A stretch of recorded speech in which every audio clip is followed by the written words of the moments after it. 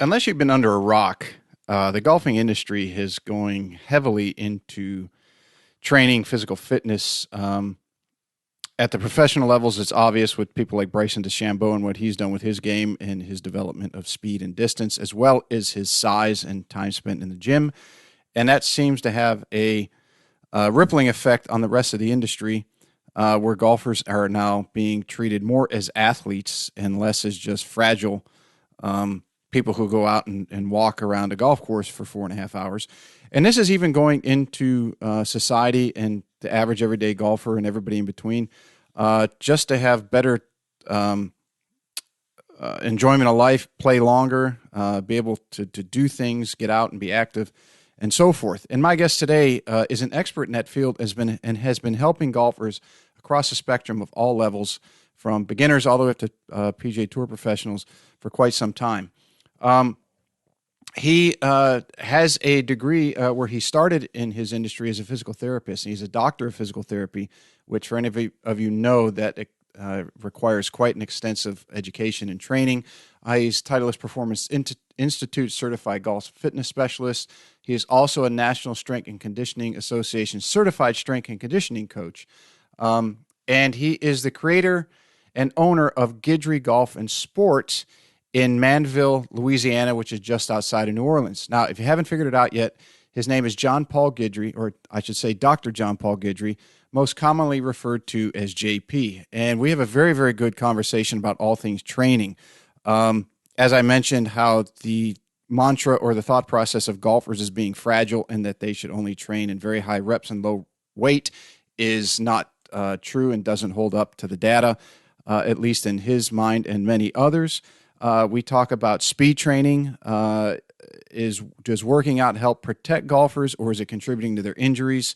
What are the big exercises that he uses, as well as what are some of the fringe things that are coming out into the world, and do they stand up to the empirical data and evidence and real-world testing that he and a lot of his contemporaries like to focus on? So a very, very great talk, interesting. He's a great guy. For any of you who are looking to work with him, we'll have the link to his website and all his social media tags in there. Just reach out to him. I'm sure he's happy to help you. He's developing online ability to coach students, as well as if you're in the New Orleans area, please reach out to him. So, as always, sit back, relax, and give a big Golf 360 welcome to my guest today, Dr. John Paul Guidry. What's up, everybody, and welcome to the Golf 360 podcast. I'm the host, Pete Popovich. So you may be asking yourself, what is Golf 360? And Golf 360 is a show that was designed to introduce you to people associated with the game of golf to help you improve not only at your game, but also your life. Almost all of our guests are from within the industry in some way, shape, or form, but some of the guests we have are from outside the industry, and it mainly revolves around the business world, with a few others scattered in here and there. Now, all of the guests that we have a few things in common. One, they all were highly successful and accomplished in their field. Two, each has something to pass along that will help you in your game and your life. And three, they were all more than willing to give back by passing along the things that they used to help them in their career, and even some of the mistakes that they made so that others don't make them in their journey. So I hope you find listening to them as enjoyable as I did interviewing them, and that each and every one of you benefits from the information that they so willingly and graciously pass along. This episode of the Golf 360 podcast is brought to you by Affinity Wealth Management Group. We all work exceptionally hard for our money, and none of us can afford to let that fall into the dark abyss of the big box financial service firms with their jack of all trades and master of none mantra, which basically means you become a number within a cookie-cutter model, which is often accompanied by massive fees.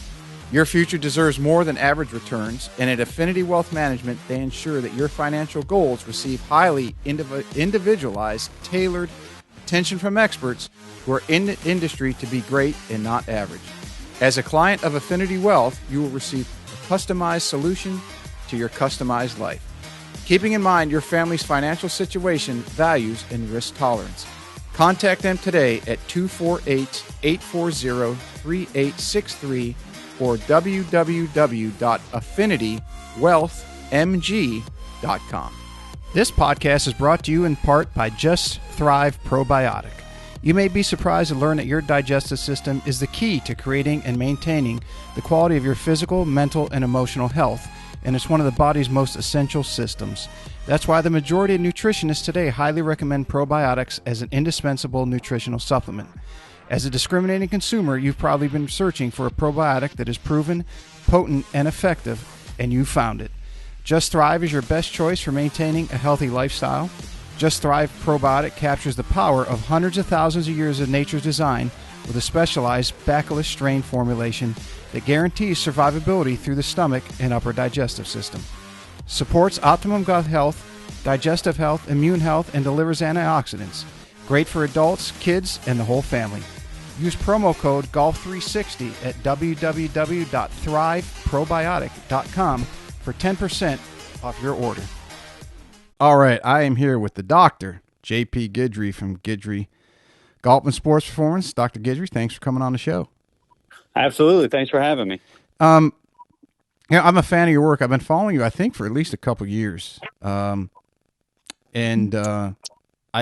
question I got for you, as I was read some of your articles over that time, and I've been watching your posts. What do you have your swing speed up to now? Because I know you've been working on that and kind enough to share it with the masses. So my playing speed is probably around 115-ish. The highest numbers I get out when I'm speed training, I get up around like low 120s, 120, 120, 122. That's kind of the highest I've gotten. Mm-hmm. I've got so golf is like a very second sport to me. I didn't pick up a club till I was 23, 24.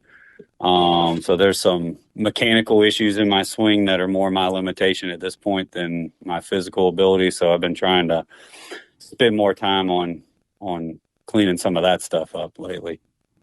Yeah, it is. When I was the other day, I was just reading through some of your older articles, and I say this because that's quite an improvement. As you were, I think your son was just born or recently born back in 2018, and you had a minor injury and were just getting back at it. And I think your swing was right in that 109 range, 106 range. So to get it up to that 115, 120, it just shows what can be done if you're doing the right things. Yeah. So I was probably around at that time, close to 108-ish, maybe 110, somewhere in that area when I kind of started really focusing on getting my speed up. And I didn't make too much of a jump this off season, mostly just because I was spending more time trying to work on the swing itself. So it kind of, just like everything, it goes through its ups and downs. And when I focus on it more, it goes a little more up. And when I don't, it goes a little down. But, I've been able to, I train pretty consistently as far as in the gym. And, so mine pretty much goes up or down depending on how much time I'm spending on the speed training itself, this swing training. And is that a function of, because you work, and we'll get into this a little bit later, that you work with a lot of different golfers and how to improve their body and efficient and increase speed and all those good things. Do you find that age becomes a factor in that maybe that if a younger person they can focus on speed and pick it up and it seems to stay a little longer, and then as we age it, you have to focus more on it, that it will have a tendency to drop if you neglect it? I think so. I mean, yeah. So the younger you are, you can kind of not do some things and still get away with it, or maybe get away with it for a longer period of time versus the older you get, if you take off of working out or speed training or something like that, I think it tends to decline a little quicker. Mm-hmm. So again, part of like what I promote is even people when they have, let's say they can move the golf club, very fast in their 20s, and so a lot of times I'll hear, well, I already swing, 120. I don't need to work out. I don't need to do this. Part of the benefits of doing that is building that base so that when you're 30, 40, and 50, you've built a habit of, the fitness part and speed training part and whatever else, mobility. B, you're probably going to up that ceiling even higher. But more importantly is you're going to stay at your peak longer, and then you're going to slow that decline. That's going to happen to everybody with aging. part of what I try to do is minimize that decline. And then people that are older that maybe haven't done anything is obviously we can try to get some of that back, and definitely try to, fight back against the changes of Father Time. Yeah, I'm a big Peter Attia fan, Dr. Peter Attia. I don't know if you Mhm. know him or follow him at all, but and his podcast, The Drive, and I don't know where I heard him. I mean, he said it a number of times, so it's not important where I heard it. But he said that the number one factor against aging that everybody can do is to go exercise. And to your point that you said you can slow. No, you can't stop it, right? I mean, once you're born, we're all working in the same direction, unfortunately, but you can definitely slow it down. Absolutely. And so the two big points are the earlier you can start, the longer you can maintain that physical peak. And then the slower that declines are going to be.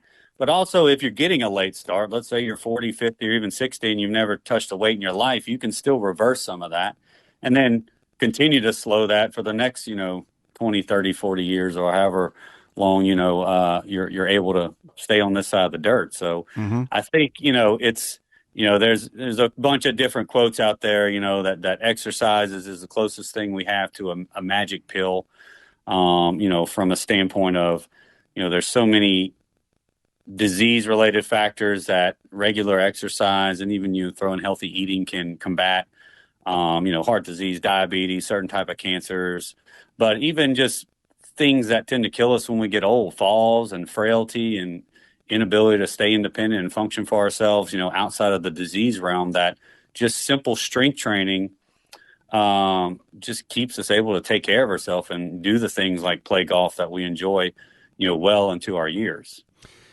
Well, I mean, golf is only recently, more or less, focused on speed training in comparison to a sport like, well, pick any other one, really, right? I Pretty mean, much. you look at the NFL Combine; they're all they're doing is measuring speed and strength.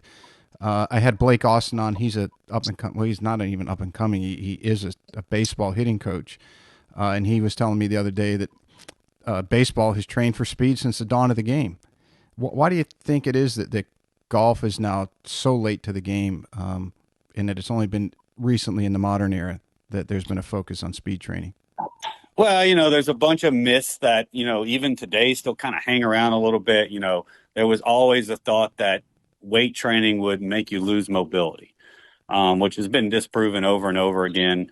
And in fact, properly designed and performed weight training will, help you maintain and keep mobility, if not improve it. But that's kind of been the biggest myth as far as, like, let's say lifting weights, is everybody's had this idea of, oh, I need to be flexible and mobile for the golf swing, which, yeah, you need some of that for a healthy, safe, efficient, powerful golf swing.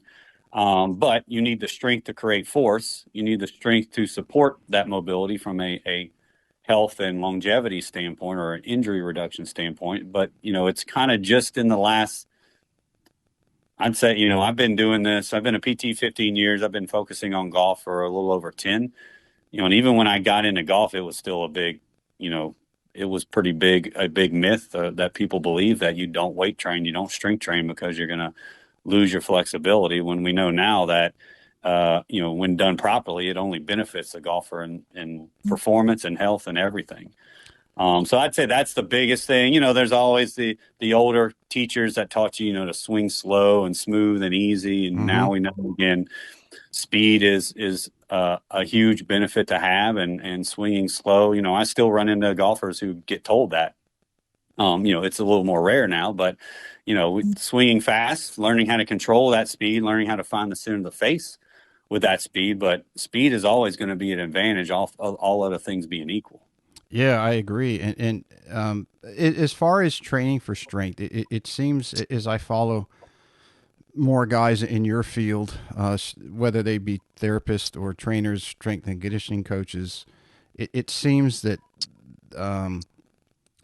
strength through length now is becoming very popular. At least the messaging or to the masses. So when somebody does strength training, would you recommend that it be in a full range of motion so that they are able to gain strength, mobility, and some flexibility all simultaneous? Well, there's benefits to that, and there's benefits to not doing it. So, from a force generation standpoint, you really only need to train close to the range of motion your body works in the sport. So, again, the golf swing, we don't get anywhere close to what we call an ass to grass squat or a full squat Mm-hmm. from a movement and a force production standpoint. So, from pure force generation, doing things like half squats and quarter squats with heavier loads have more of a, kind of follows the law of specificity, which has more of a direct carryover to how we produce force in the golf swing. Now, I would still be a proponent of saying, if you're going to do those things, then you probably need to spend some time, even if it's just lighter weight or body weight, going through, taking your body through a full range of motion, or maybe your warm-up sets, you do a few light warm-up sets of full range. And then when you get into the heavy stuff, you can start to limit the range and focus more on speed or weight and that type of thing. But it's kind of understanding those things, that what's your goal? If your goal of the exercise is pure force production, then going through a full range of motion really doesn't give you any extra benefit. But if your goal of the exercise is maintaining mobility or improving mobility, then yeah, you need to push that range of motion. So I think you can take an exercise like the squat and you can utilize it in a bunch of different ways. You can load it heavy and make it pure strength and shorten the range. You can do it light and try to move the bar fast, and now it becomes more of a speed based exercise, or you can do it, load it however you can and go through a full range of motion. And now it's a little kind of combination of strength and mobility. What do you find? And I know everything because in your field, a lot of the people who I've had on the show, or at least talked to, and then in the golf swing as well, it seems to be that you don't prescribe anything until you measure, right? You got to find out where the limitations are, what they need to work on before you can go starting to ask them to do things that might end up hurting them. But how would you differentiate the speed or training for force and strength versus simply speed? Because there is I used to read a lot of this stuff, that the like, for example, in strength training, you've got the neural drives. Like if someone's trying to bench press 400 pounds and they're hardly moving the bar, the neural drive has gone through the roof, right? So it's firing as absolutely fast as it possibly can. But that doesn't necessarily build speed outside of neural speed. And then you obviously have the muscle speed factor. So how do you integrate both of those things when you're working with a golfer? Let's say a kid coming out of college, or they're a pro and they want to go to the next level, or anybody for that matter. How would you go about doing both of those? So, yeah, I mean, again, there are certain tests that I think, depending on the golfer, if you're the weekend golfer, I don't do as in-depth of an assessment, because most of those people just need to start lifting weights, doing something. If you haven't been doing anything, I'm going to test for injury history and maybe some mobility tests, but strength and speed stuff, I don't really test till we get into the program. But for like your example of someone that's maybe a higher level, they're trying to play college or, make it professionally, then, we're going to test swing speed. That's the number that we're ultimately trying to move, and ball speed really, along with that. I'm going to maybe do some 3 to 5 rep max testing on, usually I'll do trap bar and bench press. Mm-hmm. I'll do a vertical jump testing. I have a jump mat, so I'm going to look at just what their vertical jump is, and then how long they're on the ground, as far as their rate of force development, how quick they move.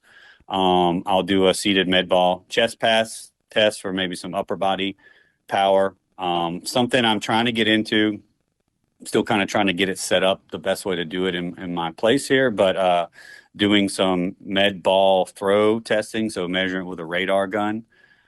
This is something Bill Miller, if you're not familiar with him, I'd highly recommend following him. But he's put out a lot of good stuff testing med ball throw speed, overhead throw speed, sit up and throw speed, things like that, where you're measuring more of that pure power, and then you're doing it with lighter and heavy med balls. So you're fine tuning. Now, again, this is all really, the more elite the athlete, the more in depth you're going to go in. Again, with my weekend warriors or club golfers, I'm generally not going to dive this far into it, because I don't really need to. They just need to start doing something. Right.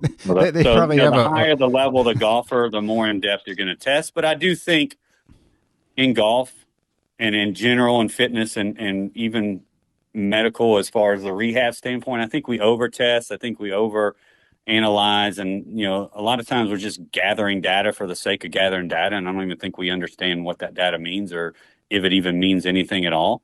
So, you look at things like the TPI screen and, FMS and all these other kind of screens that have been shown to not really have any correlation with injury reduction and things like that. If you understand how to use them, they're fine. They're good, just general quick movement tests just to see how somebody moves. But I don't score them from the standpoint of you got to get a 20 out of 20 before you can squat or something like this. I'm just getting an idea. How does this person move? What is their basic movement quality? How do they squat? How do they hinge? What's their rotational mobility as it relates to the golf swing, the thoracic spine, the hips, shoulders, neck. And that's pretty much it. And then if they have an injury or a surgery or injury history or pain, I'm going to dig deeper into that area. And then for most of my golfers, that's what I'm testing. Now, again, like my juniors or my higher level golfers will jump into, again, some jump testing, some med ball testing, things like that. But I try to consolidate it as much as I can. Ultimately, everybody, I'm testing swing and ball speed because that's really the number that matters. Mm-hmm. We want to see all these other numbers move really to do two things: to make sure they're staying healthy.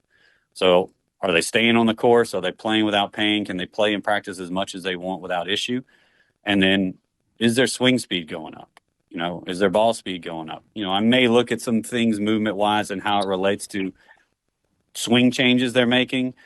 But again, even that gets a little dicey is, what are we really doing? Because, there's plenty of ways to kind of make your swing find the golf ball, that I think we can get too into the weeds with some of that stuff. How would you, if one of your players has either stalled out on their speed development, how would you differentiate between if that's a force production issue or if it's a speed issue, or do you address both of them together? Yeah, I mean, I would look at everything. We would kind of, because this is happening, and sometimes it's an overtraining issue or an under recovery issue. Mm-hmm. I had a client.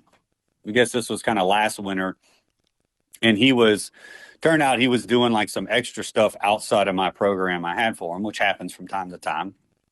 And he started plateauing and actually started going backwards with his speed, which is why I try to check swing speed pretty regularly so I can see if this is happening. And so I started digging deeper, and it come to find out he was just overtraining. So I just said, hey, look, here's what I think's happening. I want you to stick to the schedule. Don't do anything extra. And within like 2 to 3 weeks, his speeds were coming back up. So sometimes it's as simple as that. Are they resting properly? Are they, is there other stress in their life? Because, outside of the professional golfers, most of the people I work with are, the full-time jobs and their parents and husbands. And so there's other requirements that life throws at them. And so we need to make sure that we're balancing their program with changes in that. In the golf season, we don't want to do as much volume in the gym because they're making more swings. They're playing and practicing more. We don't want to overload them. So generally, when they hit a plateau, I'm usually digging there first. And then, we kind of clear things out, or maybe we make some changes there. Then I'm going to look at the program and say, okay, well, if we were more strength heavy, then, if they're available, I may retest them to see some things. If not, we may just start shifting to more speed-based training or speed-based volume in that, and less on the heavy strength training, because there is kind of a level of diminishing returns of, getting more strength, how much that is requiring from an energy and a time investment standpoint. And are we better off maybe just kind of maintaining that and spending more time moving fast, or vice versa, but generally it's kind of especially as we're coming in from all season to in season, we're starting to look at moving faster and not necessarily going as heavy or going as much volume in the strength category.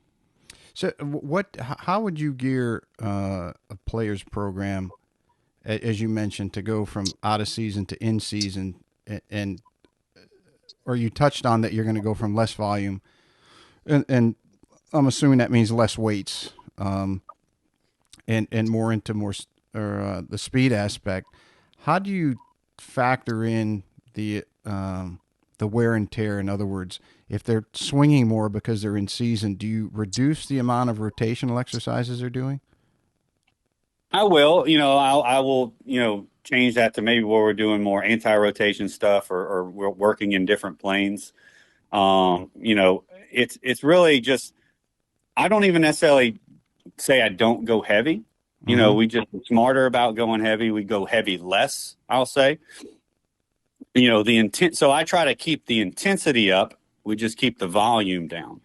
And that volume may be volume of rotational stuff. That may be volume of heavy lifts. That may be going from 5 sets of 5 to 3 sets of 5, but still going heavy, or whatever that may be. Again, there's a lot Mm-hmm. of ways you can kind of go about A that. lot of It just, variables in play depends there. on, some of it just depends on where they're at, what their off season looks like. But that's kind of the biggest takeaway is we just shrink the volume. It may be one day less a week, shorter workouts, less sets, less reps, whatever that may be, less strength, more speed. But, I think a mistake people make is they totally kind of just throw out strength training in season. And then they come out the end of the season and they've lost so much strength, which will, lend itself to losses of speed and even potentially, more risk for injury. So I do think strength training needs to be a focus there. It's just, we're not doing as much of it. I still want to keep the intensity. We just want to make sure, we're not taxing the body as much from that, and so again, you talked about kind of that neural drive, and if you're every rep is 110% and you're trying to move this heavy weight, that's going to tax your body, your nervous system, your Mm-hmm. muscular system. So we may dial that down some, but we're not throwing away strength training. We're not even, the percentages may go down a little bit, that type of thing. But I'm not just going to go out and just do some light movements and maybe jump and that's it. I still want to get some kind of strength work in. Yeah, and Michael Carroll, the trainer, he had a post about that last week, and Sasha McKenzie and Doc Sasha's coming on in a couple weeks. I had asked them if I fully understand it if you're going to train for speed because you're really taxing your nervous system if you're swinging as fast as you possibly can. And the question I had to them was on their recommendation. Do they recommend when they change the variable of load, do they go same weights and less reps and sets, or do they go lighter weights and keep the same number of reps and sets that they had been doing? And I know that's probably splitting hairs, especially to a lot of people who might not be in that field or have trained quite a bit. But I always found that interesting, especially as you guys are in that field and you're doing the program periodization for different players. I always find it curious to what experts are doing and what they're seeing based off if they might have done one with one student and one with another, if there was much of a difference. Yeah, I mean, look, some of it is person to person dependent. Obviously the tournament golfer, the true tournament golfer, like, you're going to look at tournament weeks versus non-tournament weeks. How you load it. You may be just, if it's your typical, let's say Thursday through Sunday, where they're competing, then Monday may be your heavy day. And then we kind of slowly kind of lower volume or even lower intensity, moving more fast as they get closer to, tournament rounds. Mm-hmm. Obviously you're taking it in travel. I work with players that are on kind of mini tours. And so their travel is a lot different than your PGA Tour players. So, they're generally sitting in a car for, 6, 8, 10 hours driving to their next destination, staying in a hotel, probably on a less than comfortable bed. So, you're just taking all this stuff in, maybe they don't have, they don't have tour trucks with full gyms in and everywhere they go. So you kind of have to load when you can and work with what you got to some degree, so some of that is just limited by what they have access to. Most of my mini tour players, like if they, they'll have like a Anytime Fitness or kind of a global gym membership. So if there's one in the town, maybe they can get to that and we can do a lot more. But sometimes there's nothing, even they're staying at a motel that doesn't have a gym. So we're talking vans and trying to, get creative with ways we can still load them, on those weeks. So, when you get to that level, especially, really, outside of PGA Tour and maybe Korn Ferry now, you're really dealing with just, well, what do we have to work with? Yeah, exactly. Like you said, sometimes you go to those smaller hotels and their gym is two treadmills and a universal machine from 1985. Yeah. Yeah. So, that's my job as a coach to say, okay, well, what do you have? All right, here's what we're going to do based on that. And we're just going to get the best we can out of being able to still load them as much as we can with what they have access to, you know. And then, that's you're doing the best you can. So look, if we got access to a full gym, then great. That makes my job easier. But, depending on the level they're at, that's going to change maybe week to week. If for people who kind of keep an eye on PGA Tour and what's happening out there, the some of the discussion about training right now, if we look at Bryson DeChambeau, because he's the poster person for speed training with what he's done, he's done a phenomenal job with he and his whole team. But some of the talk seems to be revolving around is what he's doing, taking it to a whole nother level. Is that detrimental to his body in the long run, and is it causing some of the injuries that he's having now? And some of the counter argument seems to be, okay, well, golfers get injured or have injuries in general. Why would his training be thought to be a contributor to his physical injuries? Do you have an opinion on that? Yeah, I mean, that's everybody's go-to. Look, if a golf, that started with Tiger. He all his injuries got blamed for working out. Now you can look into what he did, running 20 miles and with The the 40 Navy pound SEALs. weight, And yeah, with a yeah, vest on. yeah. So, I mean, he was doing some things that no good coach in his right mind would have a professional golfer do. And, look, that's part of what made him great is he was willing to push his body in all kind of ways. So, he was the first real guy, let's say outside of Gary Player, that really made strength training and putting on muscle popular. And I'd say over his career, it did him well more good than harm. And I would say a lot of the things that got attributed to working out are misunderstood. Either it didn't really have anything to do with his working out. He's made hundreds of thousands of millions of golf swings since he was a toddler. Part of that takes a toll on your body.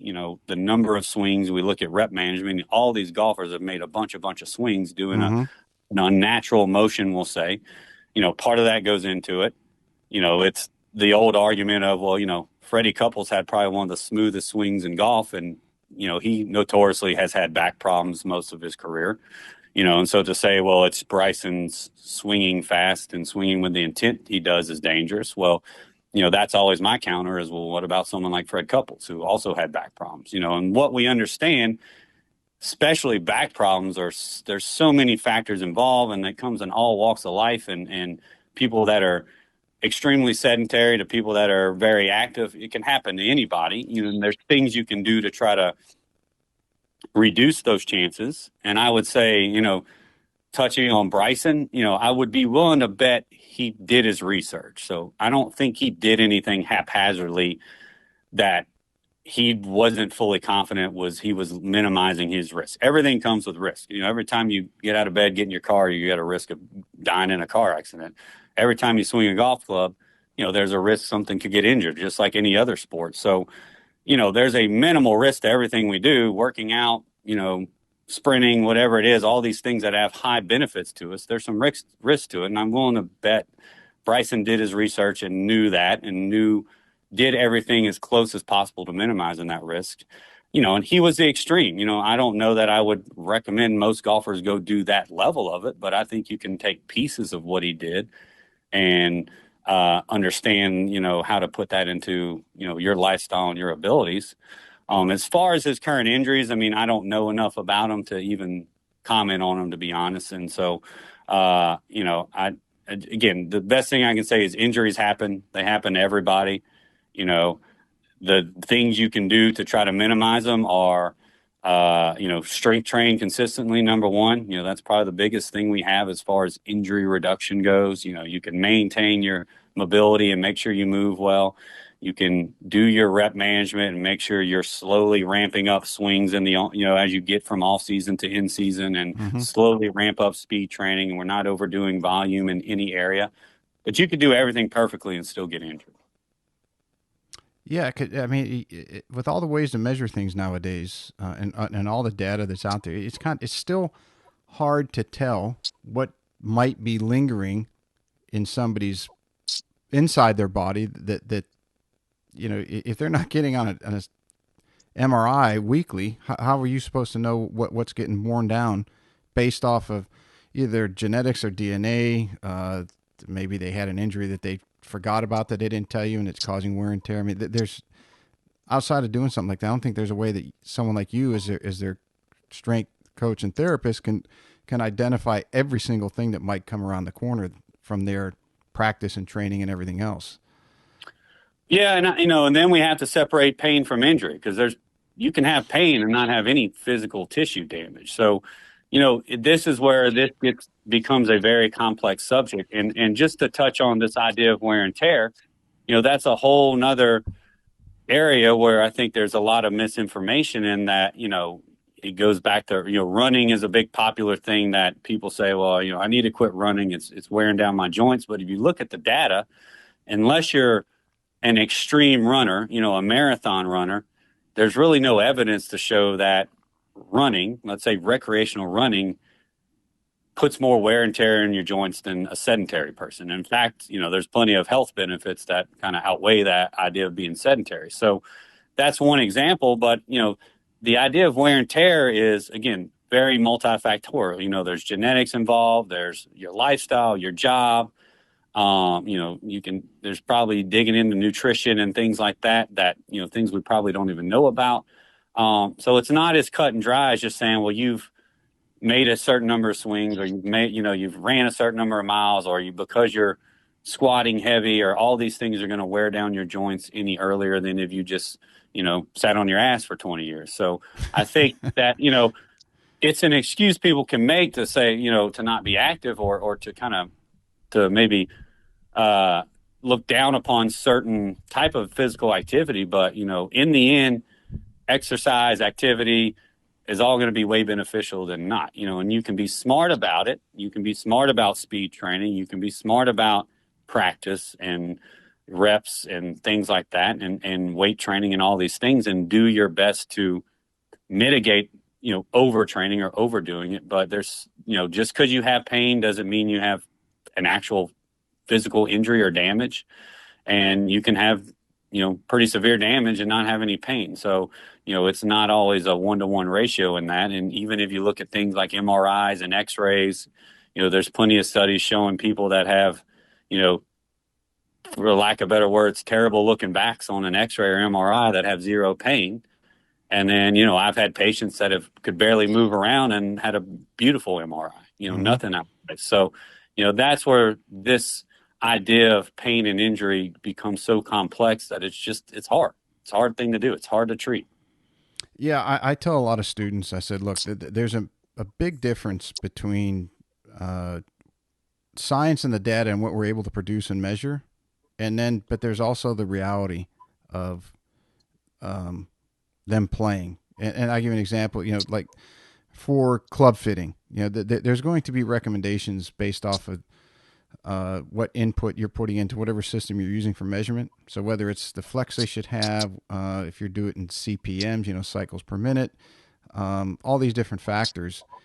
But if it feels terrible to them and they're not, and over the course of a week or two, they're not making the adjustment to it, well, then maybe the system that they use is wrong, or something's not adding up. So there's the scientific side, and then there's the real world side. And that's not to say that science isn't something that's needed, especially after the last 2 years we've been in. People will sit there and argue different sciences, yeah. Right? But it's like, well, there's some things in the scientific world that they can't measure yet. So, correct. And in the golf world, there's some things that can't be measured. So there is, it's like whenever I do a club fitting with somebody, or a putter fitting, or whatever I'm doing with them, I'm like, okay, here's what the data says, and here's what the science says you should be to, but let's go test it to make sure it actually works for you. And if we need to tweak it or modify it while you're here, we can still do that. Yeah. I mean, look, it's the whole, the art and science of coaching. That the art is that's that part, that's that kind of human element, or that feel element of, the data might say this, but, the person in front of you is feeling something different, or it's not working for them. And sometimes you got to make some changes, and as a coach, I think some of that just comes with experience of having enough people in front of you and seeing things, Mm-hmm.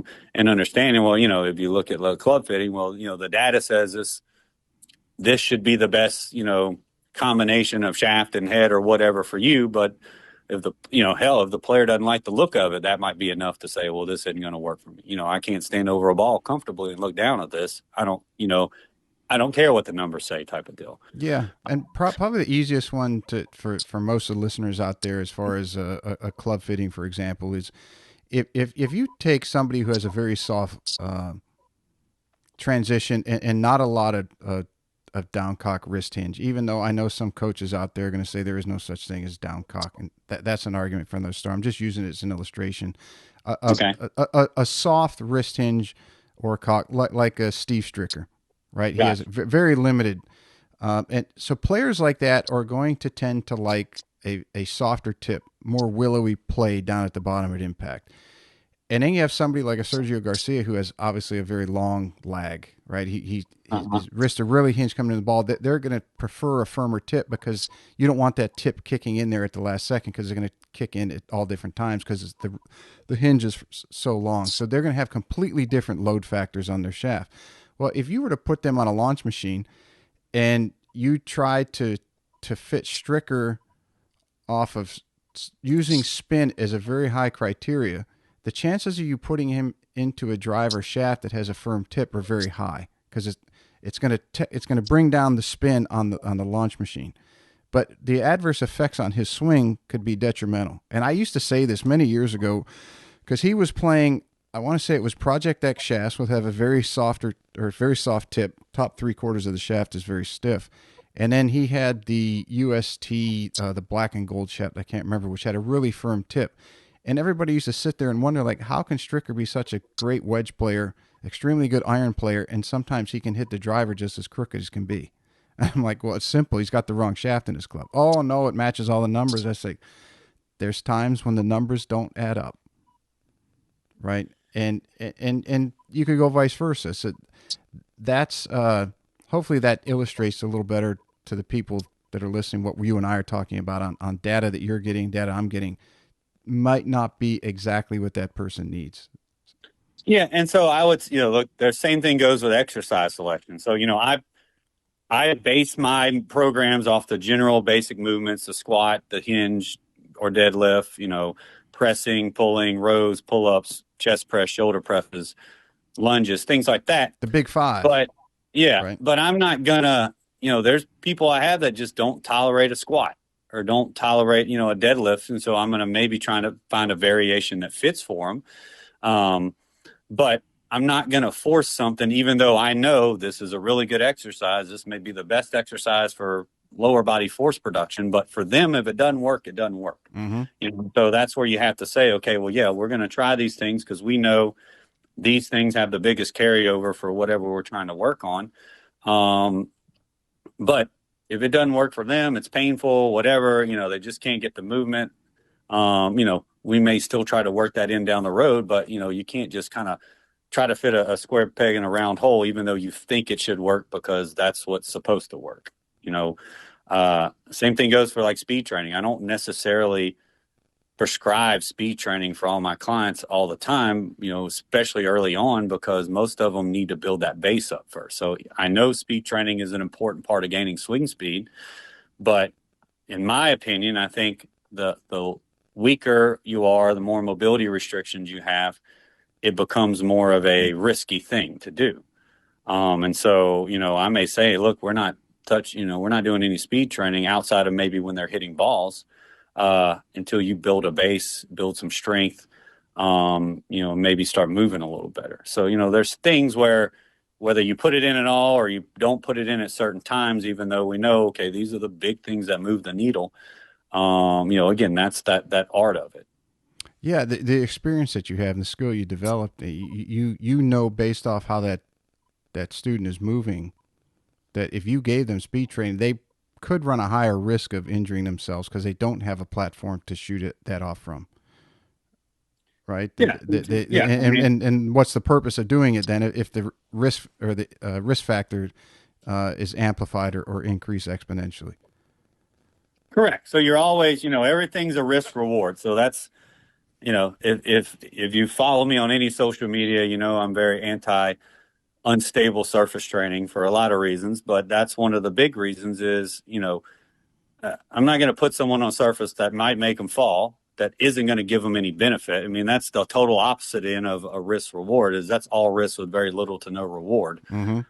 even though it looks cool on social media, and the vice versa would be like let's say a body weight squat or a light goblet squat where there's really no risk, very little risk, the reward might not be as great, but if they just need to learn to squat, then that's where we have to start, because I don't want to put them in a situation that may put them in more risk until I think they're ready for it. Yeah, anyone that thinks that doing bench press with a ball under your shoulders is great must not have ever seen or ever had one of those balls burst, even if the ball is supposedly burst resistant while you're trying to push Yeah, up. they still burst. Yeah, you're trying to Burst. put up And 75-pound dumbbells in each hand, and that thing pops. yeah. And it's the scariest thing in the world. Yeah, absolutely. I mean, it's not going to happen under my watch. I'm sure there's clients that have done stuff like that on their own, but I mean, I'm all for kind of trying new things and making things fun and maybe giving the client or the patient some things that they want or enjoy. But, at the end of the day, my number one job is to do no harm. And so I'm not going to put any client of mine in a situation that either is going to put them at physical risk, or at the very least, I think is just going to waste their time and money. I mean, they're paying me for a certain product. They're paying me to get better. They're paying me for the time. And so I'm not going to waste that time doing something, even if it's not necessarily physically risky, if I don't think it's going to benefit them. And I'll tell them that, and I'll say, look, if you want to go do this on your own, that's on you. Here's what I think about it. But in here, this is what we're going to focus on. Now, I may give them some things they like to do in the midst of that, or kind of meet in the middle. And that's part of, the process of the relationship. But in the end, I think it's, our number one job as a coach or a PT is to definitely not put our clients in a situation where they can be harmed, or at least doing everything we can to mitigate any risk that could be involved. Right. Do you think there's a limit, as we're talking a little bit about speed and strength? Do you think there's a limit on what the body can handle as far as speed before it starts to have an adverse effect due to the torques and the shearing that the body goes through during a golf swing? Yeah, I mean, I think tissues are going to have their limits. Now, I don't know that we can necessarily measure that. And I think, again, that's going to be person to person dependent based on a lot of factors. So I don't know that there's a number that you can put on it. You can look at a person or look at certain, aspects of them or their physical abilities and say, well, you shouldn't swing faster than this speed. I think as long as you're approaching things intelligently and making sure that as you're ramping up speed, you're maintaining strength and you're maintaining mobility, you're doing these things, you're not, doing too much volume, the body will kind of self-limit itself. And then if you hit a plateau, again, if you want to get more, then it's, the job to figure out, okay, what do we need to adjust to do that? But you still need to do it intelligently and safely. So I think, it's the old, story of the 4-minute mile or whatever, where, they said, it was humanly impossible to break it, and, it would kill somebody to do it. And then, it's been broken hundreds of times since then, Right. And this, whatever, the 60s or 50s, I forget where, I've seen it a couple times, but basically I think it's the same principle. I don't think we know the limits of the human body. I think as we learn more, we learn how to break those limits intelligently. But, I don't think there's a generic limit. I think there's maybe limits at certain points in time that you want to try to force or not force. But, I'm always a fan of going after more as long as you do it the right way. As long as it's not taking away from something else. So if your goal is scoring, at a certain point, if it's eating into your practice time, as far as the skills of golf, of whatever you're working on, or your swing or your mechanics or whatever else may be hindering you from scoring better, then yeah, there may be a balance there where you're getting more speed isn't worthwhile if there's more important things to go after or bigger rocks to chip away at. Mm-hmm. So I think you kind of have to look at the whole picture there. Is what is the athlete's goals? If it's a long driver, then obviously more is better.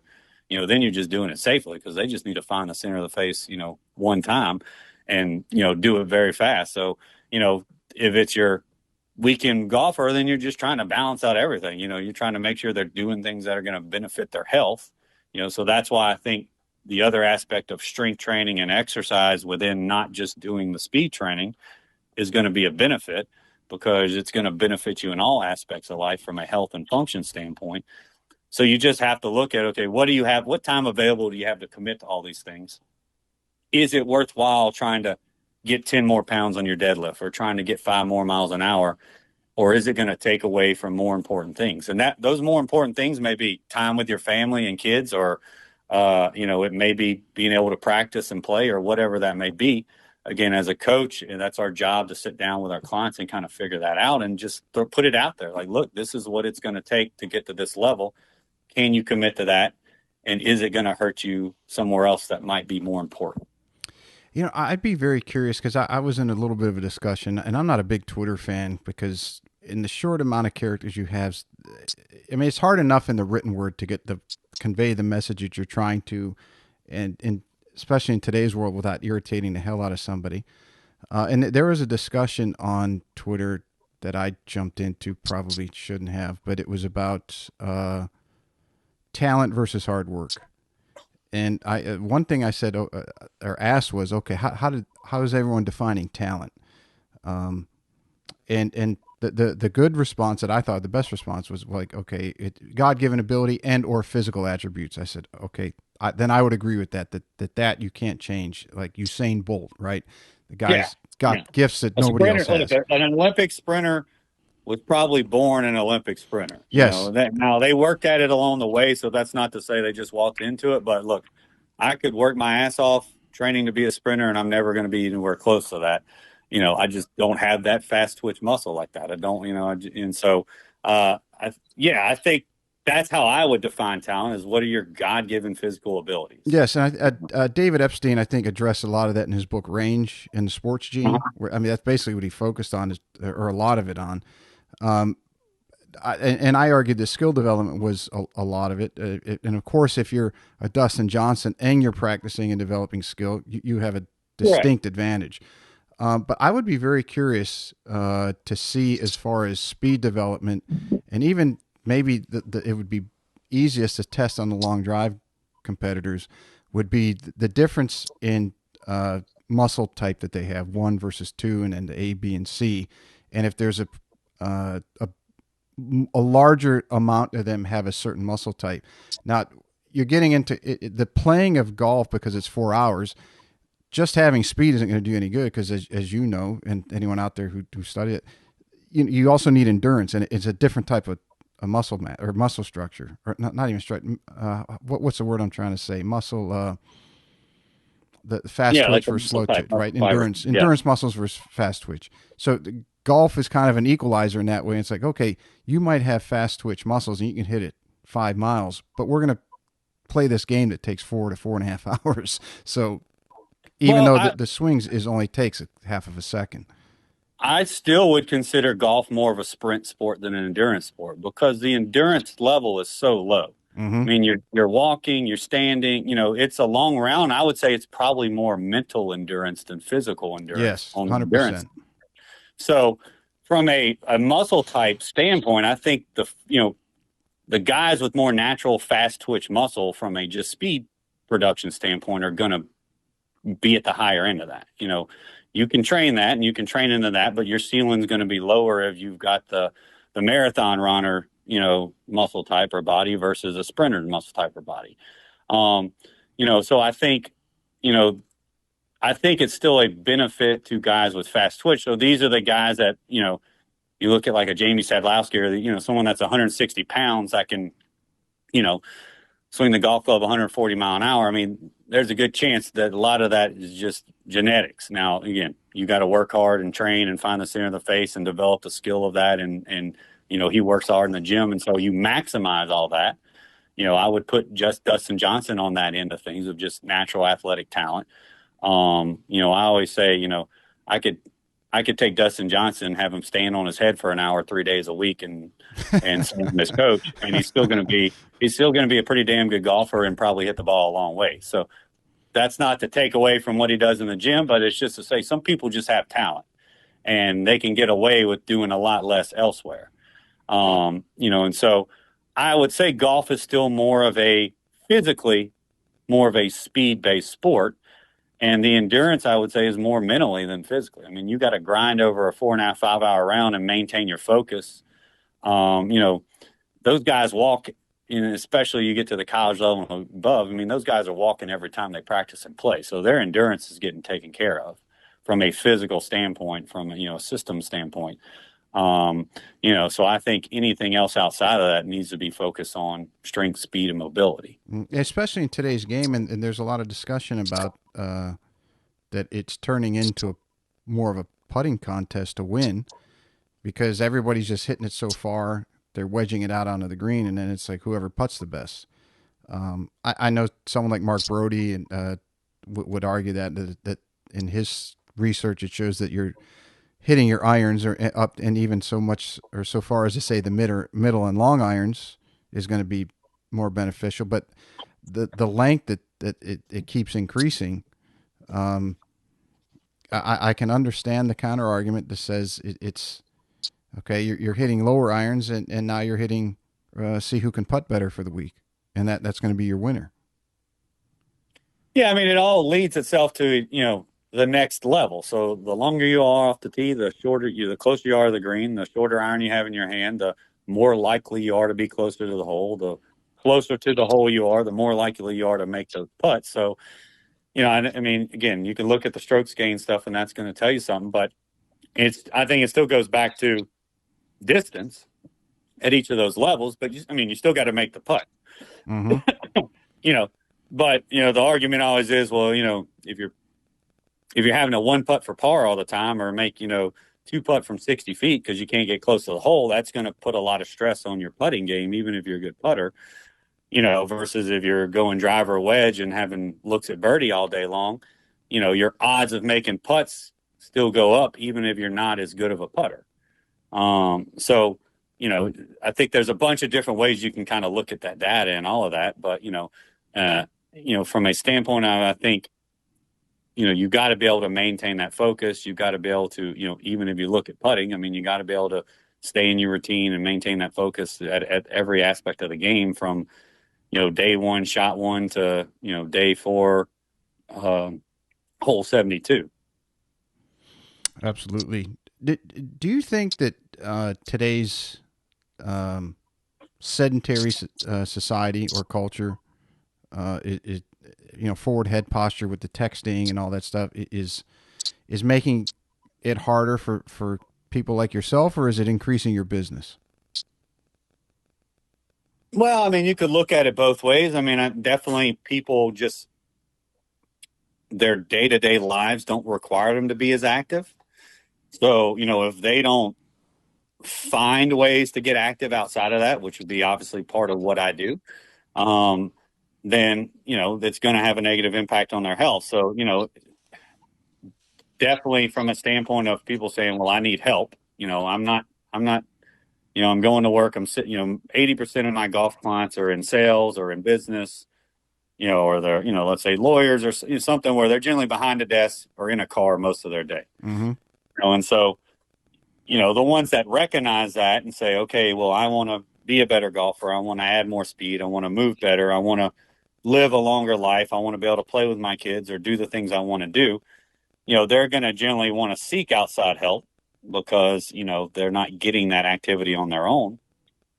And usually those people generally aren't the ones that are going to be as likely to get up, go to the gym themselves and stick to a consistent routine, at least to start with. So I'd say from that standpoint, it drives more business just because people are looking for more help. I think as a whole, I don't know that as society as a whole, we're as active as we should be. If you look at just the statistics of everything, and so that's, from that standpoint, it's just trying to continue to push the message, continue to dig. It's not an information issue anymore. Everybody knows that, being overweight, being inactive is unhealthy. It's just like, smoking. We got more than enough data to know that smoking is, extremely unhealthy for you, yet there's still a lot of people that still smoke. So at our day and age, it's not a lack of information. People at least know the things they're doing aren't the things they should be doing, or that there are things out there they should be doing to better their health. So it's digging deeper and figuring out why. What's stopping you from doing it? Is it perceived time? Is it energy? Is it fear of going to the gym? Is it not knowing necessarily what to do, even though you need to do it? And that's part of my job as a coach, or especially dealing with the general public, is to kind of dig into those areas so that you can start getting people to ask questions and kind of look inside themselves of, why am I not doing this? I know I need to do it. I want to be a healthier father. I want to be a better golfer. I want to play better. I want to hit the ball farther. A lot of people want those things, but they either don't do or don't know what to do, or they, also know an idea of what to do, maybe not the details, but they don't do it. And then it's figuring out, well, why aren't you doing it if you know it's what you need to do? I have people come up to me all the time, man, I need to come see you. And I've got this back pain. I want more swing speed. And then I never hear from them again. So, it's the old, I mean, they know it, they say it, they admit it, but what's keeping you from actually taking that action to doing it?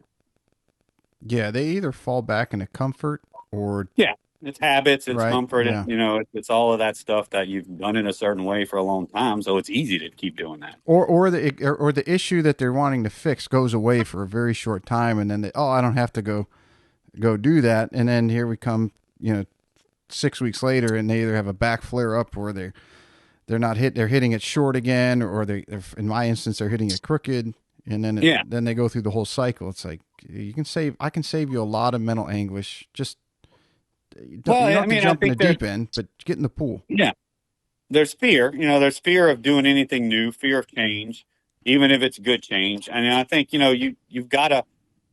For them, it's got to be a big enough pain point to want to change, and that could be actual pain, just severe enough pain to say, I don't want to be in pain, or it could just be, I'm so tired of being short or hitting it crooked or being fat that I'm finally going to make a change. And sometimes, conversations I have with people, especially when they're inquiring about my services, or maybe we're hopping on what I offer free discovery calls. So people just call and I kind of learn about them and tell them about what I do.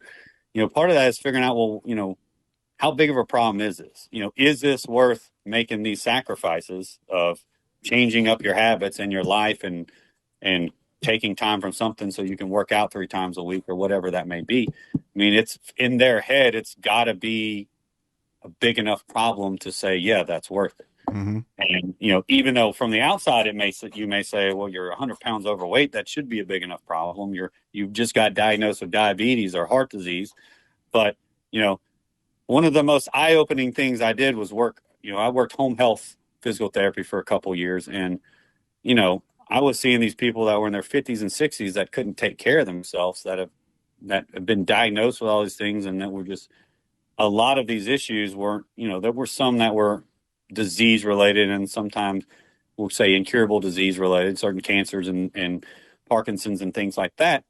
But some of this was just a big portion of it was just inactive people that it just snowballed. And then now they're 100, 200 pounds over the weight. They can't get up. They're weak. They can't function. And so, it was always hard for me to kind of envision getting to that point, and so trying to be empathetic of saying, okay, what got you here? Okay, you're here. What can we do to get you on the road, the right direction?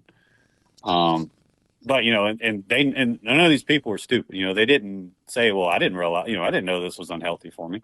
It was just a lack of, for whatever reason, inability to make those changes. Yeah, and from what I see with people like that is, it's like that old saying, would you rather have $1 million or a penny a day doubled for a month? And I think the penny a day double comes out to like 1.7 million or something, more than $1 million.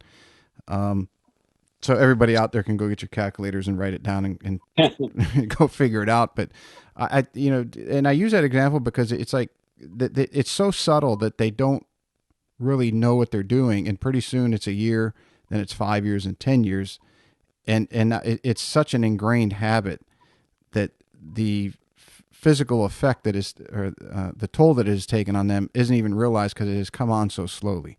But you're right, it gets to a point that it's like, okay, here's your options. You go this way, where that path ends. You go this way, and you got at least a fighting chance to live a active life. You can golf, you can play your grandkids, your kids, whatever. Go biking with your spouse, vacations, anything like that. But it's not easy, and the older you get, the harder it becomes. Yeah, it's not, and a lot of times these people, people get wrote off as lazy, and and I think that's a bit of a cop out. I mean, some people may just literally be lazy, but I think for the most part, it's just change is hard. Change is hard. Changing habits is a very hard thing to do. Mm-hmm. You know, quitting smoking is very hard to do when you've smoked for 30 years, and some of it is the addictive part, but some of it's just the habit of having that cigarette every morning or every, break or every whatever. And you've done it enough where that just becomes your life. And so the beauty of it is if you build good habits, it's once you get them, it's easier to stick to them. But changing someone that from a sedentary lifestyle into, all of a sudden eating better and exercising 3 days a week and doing these things is a process. It's not as simple as, social media kind of clouds us up as saying, well, just do this. And sometimes I'm guilty of saying that, kind of putting it out there like that. But it's, for me, when I'm working with someone in that case, it's let's just do something, stand up out of your chair 10 times, 2 to 3 times a day. Let's start there. Let's pick one meal and maybe try to make it a little healthier instead of trying to overhaul your diet in 1 week.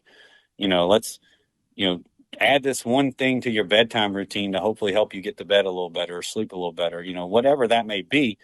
We tend to kind of, everything looks so easy nowadays on social media and it's just to do this, and it's just not easy. I mean, I've been training my whole life more or less and working out, and there's still plenty of weeks where I get off or days that I don't motivate myself to get up and do it and miss a workout. And so, if I can do that, then someone that's never worked out, it's easy for them not to do it. So I think, that's the tough part of it. When you're in the trenches in the real world is understanding, okay, what can I do just to get them to do something different? And then let's build that one habit and let's start to add on to that, whether it's expanding that or adding another habit in. But it's got to be doable, and that's going to be different from everybody depending on where they're at, but it's got to be reasonably doable. I saw one that went so far as to just tell the client, look, just show up here. And I'm pretty sure it was a trainer. He said, just show up and give me 5 minutes every day. Uh-huh. That was it. And the guy said, that's all? He said, just 5 minutes, because I want to make it so that it's the easiest thing in the world just for you to get here. And that's where we're going to start. I mean, they did a regression instead of coming for an hour, just give me 5 minutes, just show up. That's the first step.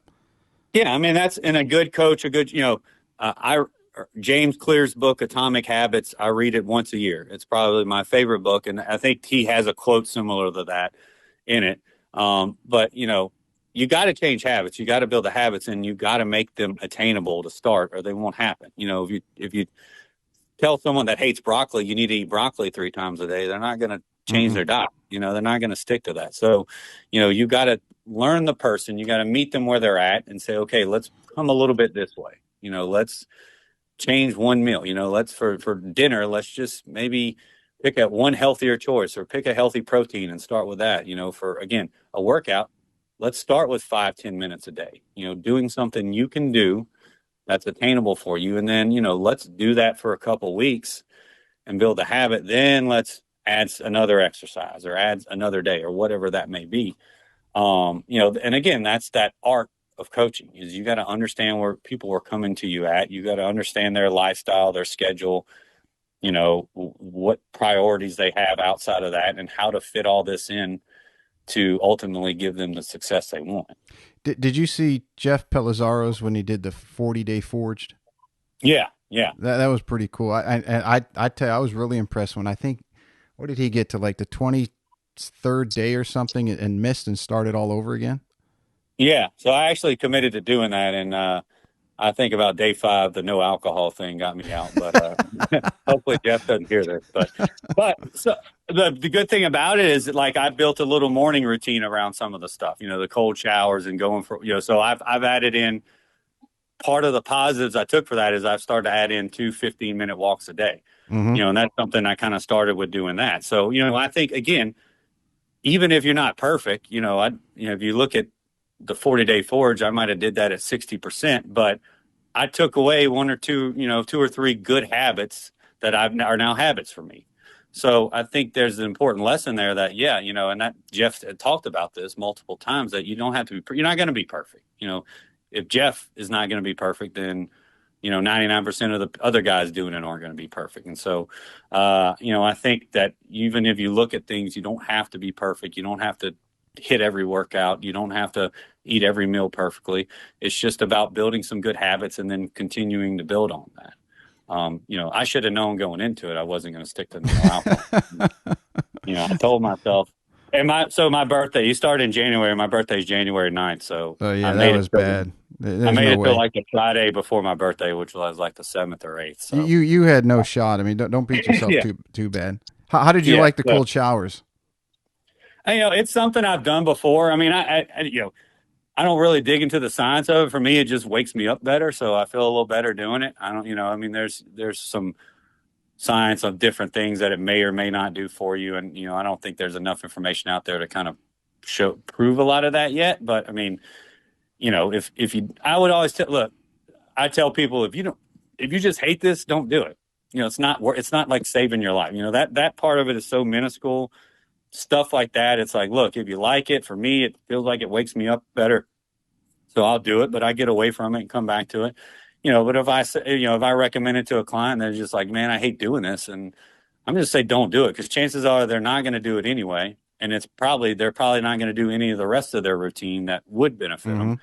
And so, there are certain things that are higher priority, let's say strength training 3 times a week, or certain things like that, yeah, I mean, you really need to find a way to do these things. But these other things that may benefit one person, not the other, but aren't going to move the needle as much health wise or goal wise, take them or leave them. I think we can overload ourselves. You get on YouTube and you watch, the millionaire's morning routine, and there's 1,000 videos like that, and they're fine, but pick and choose one. And I've done this myself. In fact, I kind of recently redid my morning routine because I just overloaded it to the point where I wasn't doing anything because it was too much stuff.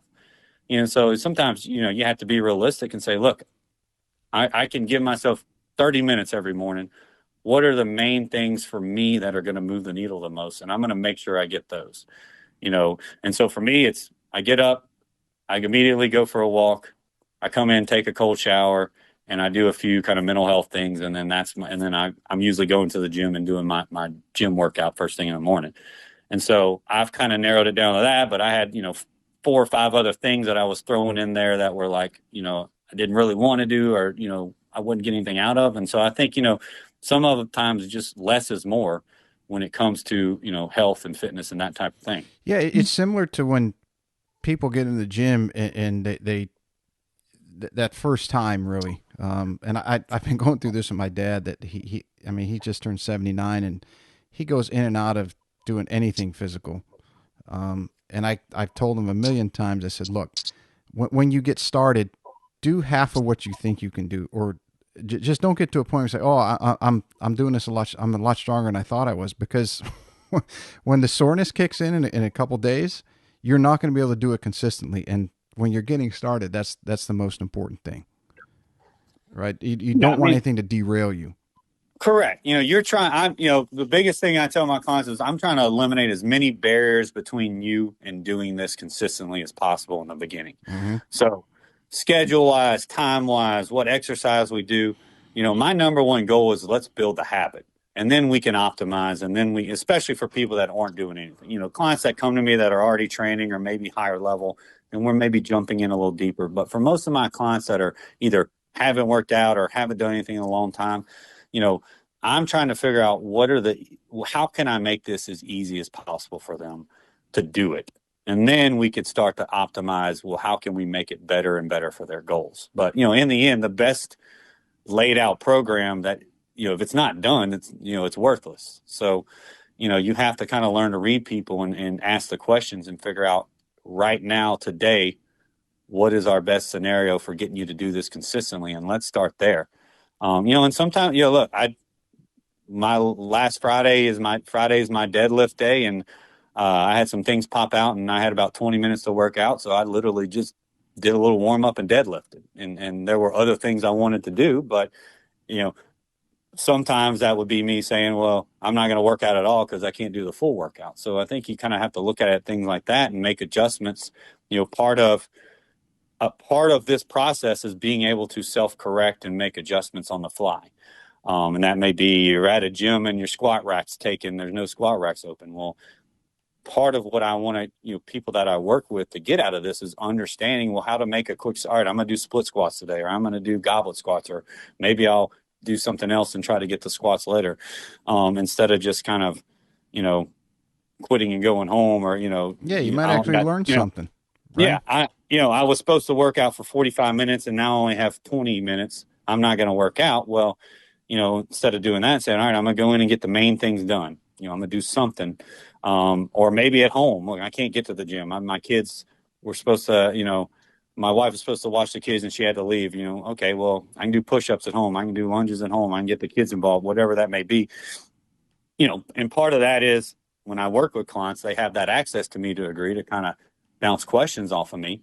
But, I think in the end, I want them to have that ability, because I'm not going to, they're not going to be with me forever. And I want these things to be lifelong changes. So, part of that is learning how it's never going to be a straight, perfect line. Every workout's never going to be perfect. In fact, more are probably going to be imperfect than not.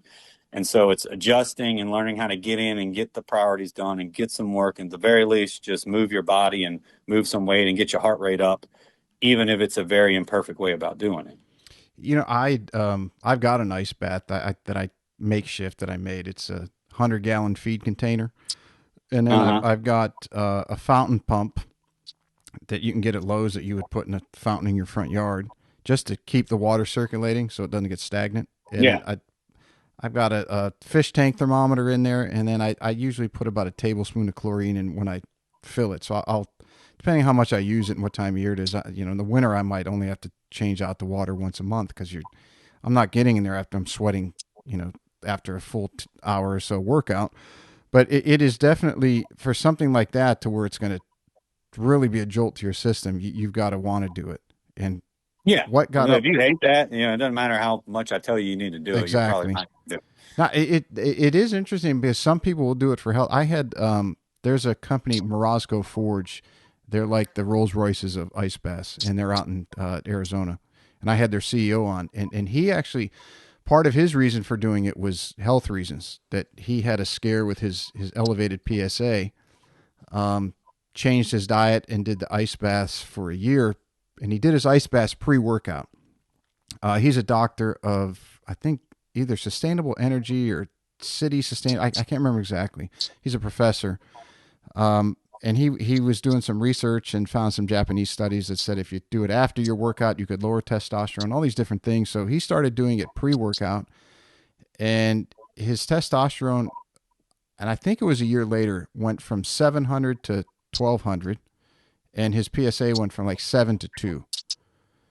So now whether that was anecdotal or just for him, who knows? But I think that they're trying to figure that out.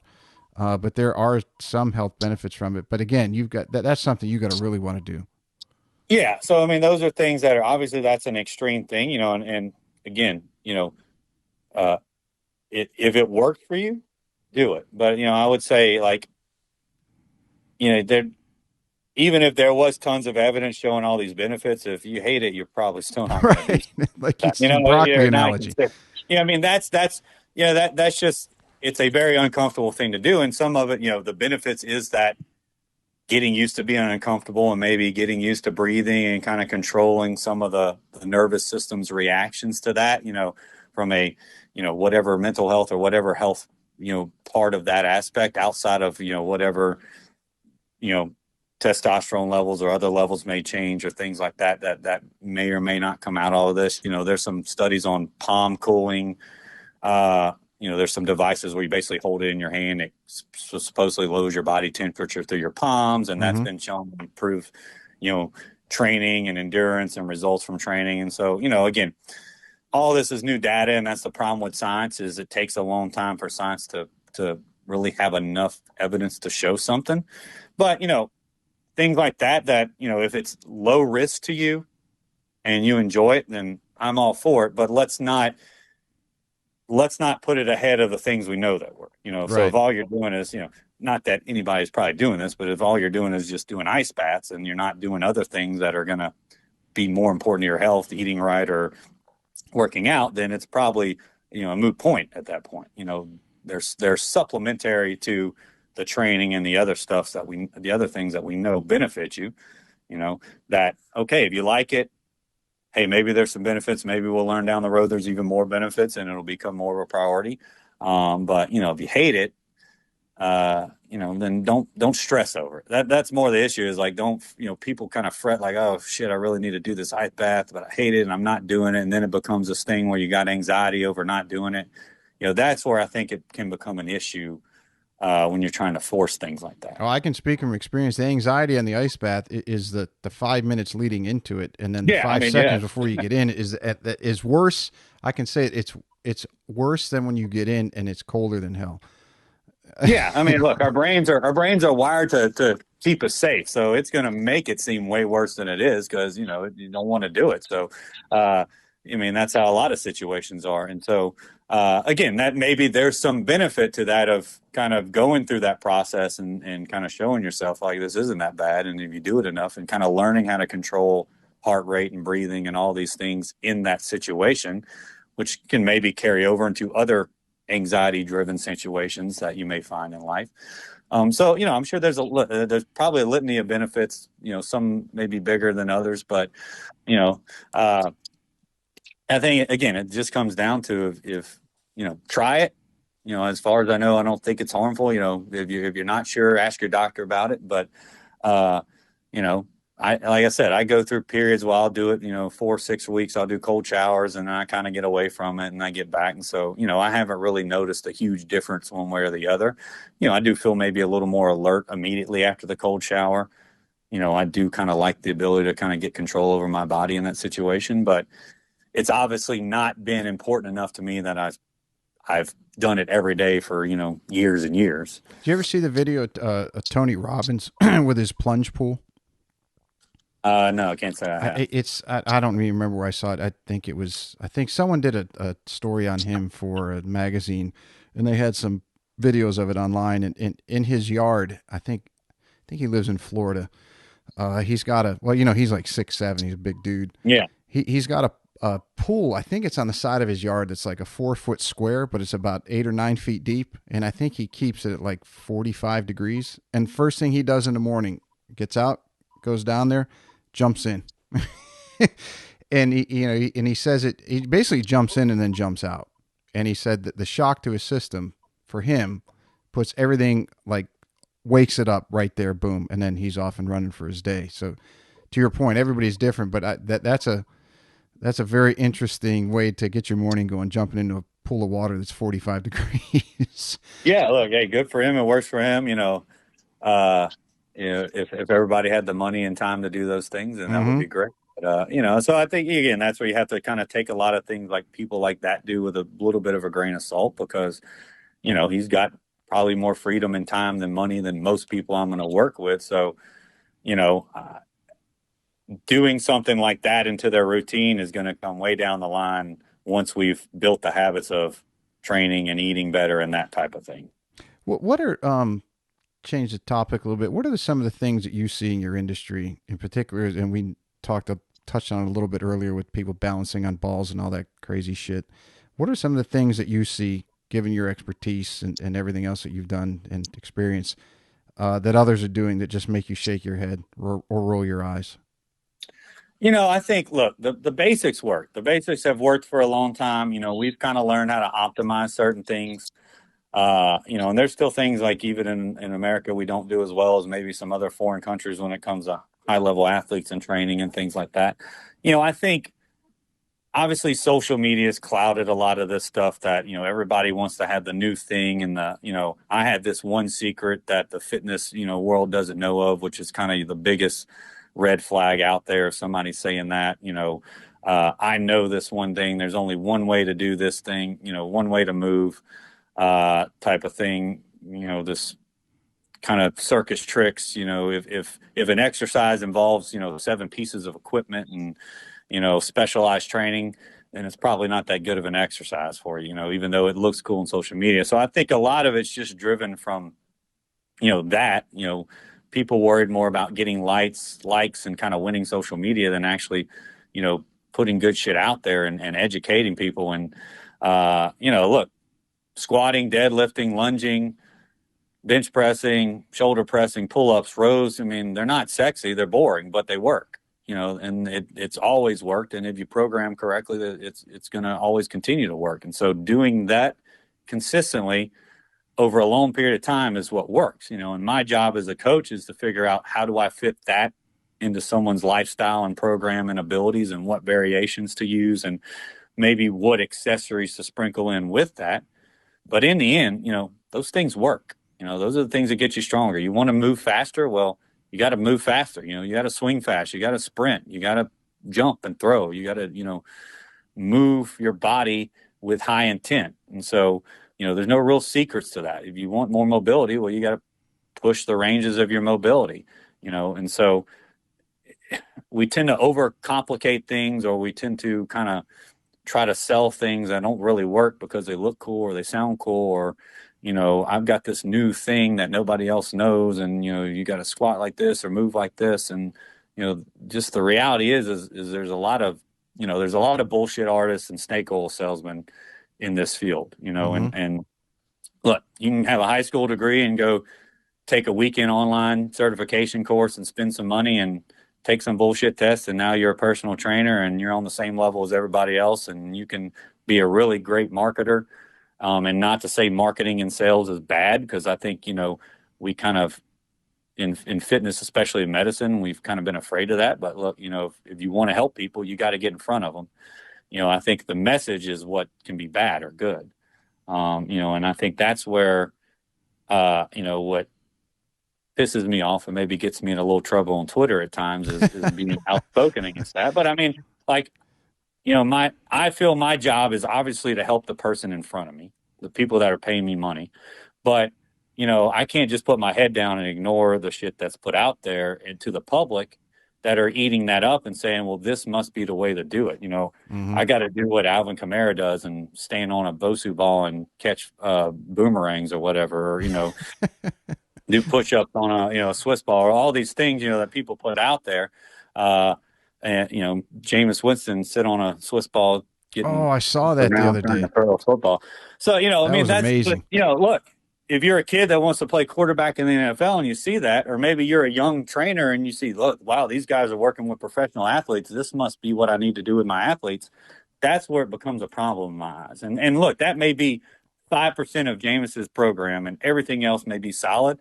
But the reality is you put that out there with zero context or zero other evidence of the good stuff you're doing, then I'm just going to assume that you're not doing it. And that's the problem there. Is at least if you're going to put it out there, say, hey, we were having fun the last 5 minutes of training after we did our squats, our lunges, our jumps, or whatever, that's okay. I mean, that's still, I think it's still a waste of time. But look, at least someone seeing that without the knowledge can understand, okay, this is not really what you need to be doing. These are the main things that move the needle. They're just having some fun, or maybe, Jameis wanted to do those things. He wanted to put it out there for his social media to grow it. And that's all, fine. But if there's no context around it, or if that's all they're doing, then that's a problem. And so I think part of our job, if you're a good coach, now that we have this access to people through social media, the good side of it is we have the ability to touch way more people than we ever would be able to. And we have the ability to, for me, deliver training through an app to, clients all over the world, that 10 years ago, I never would have even thought would have been a possibility.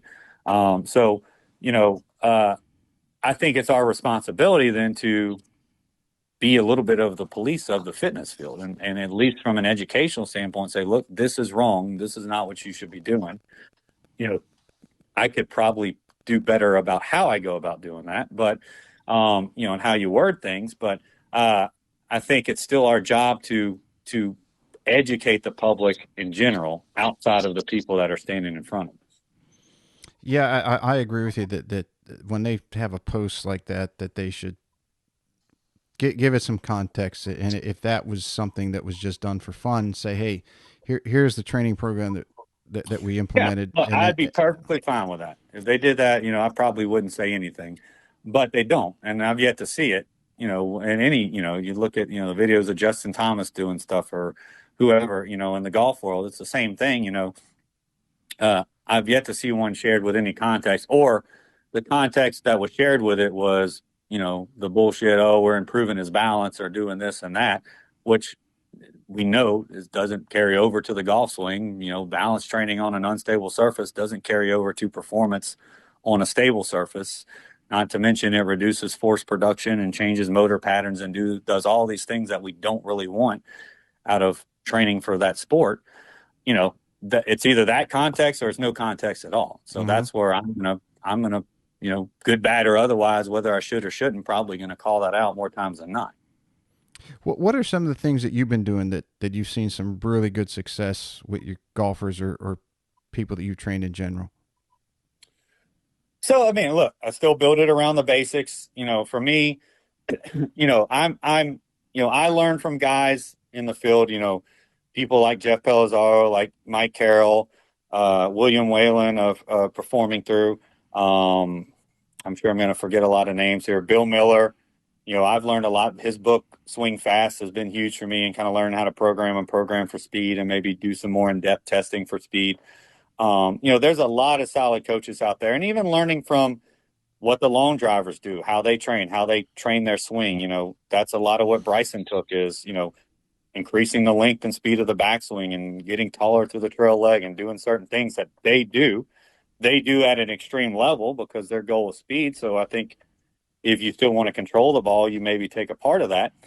So those are things I've taken from learning that, looking at Sasha McKenzie and looking at the stack system and the stuff they put behind that, and how I kind of program speed training.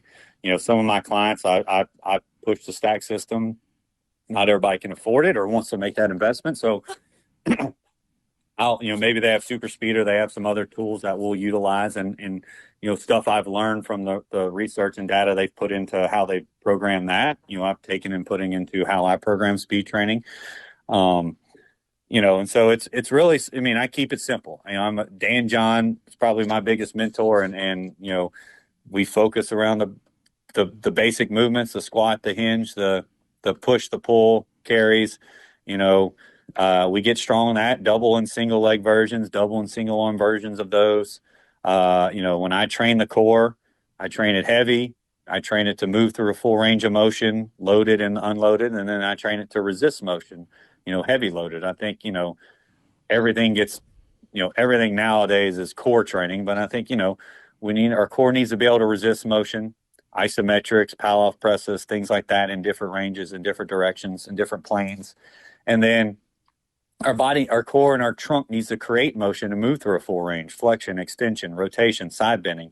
And so we need to be able to load it. We need to be able to do it unloaded, and then we can lightly load that safely and build some tolerance to that, so that when stress is put on our body in those, especially in maybe the extreme points of those range, we're more likely to be able to handle that stress without injury or without serious injury. Mm-hmm.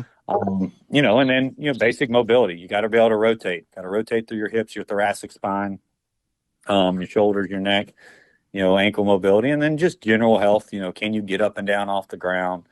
Again, can you perform a full squat, at least body weight? Can you, um, can you touch your toes, or can you hinge properly? More importantly, those are things that I'm going to look at just from a general, let's say, functional standpoint with everybody I work with. Seems to be working pretty good. I've had a lot of success, and look, I'm still learning. I don't know it all.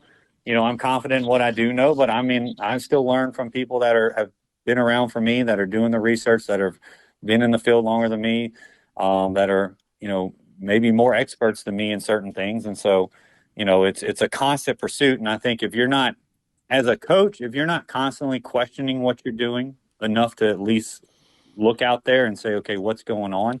And then, use your knowledge, use the scientific evidence, use the information we have to say, kind of put your bullshit meter on and say, well, what is this? Okay, well, this doesn't make sense to me.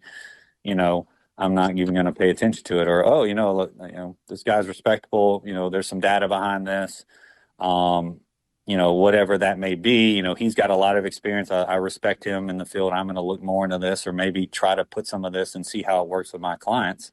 Um, you know, I think as a coach, you've got to always be trying to looking to improve yourself and prove what you do for your clients, and constantly learn.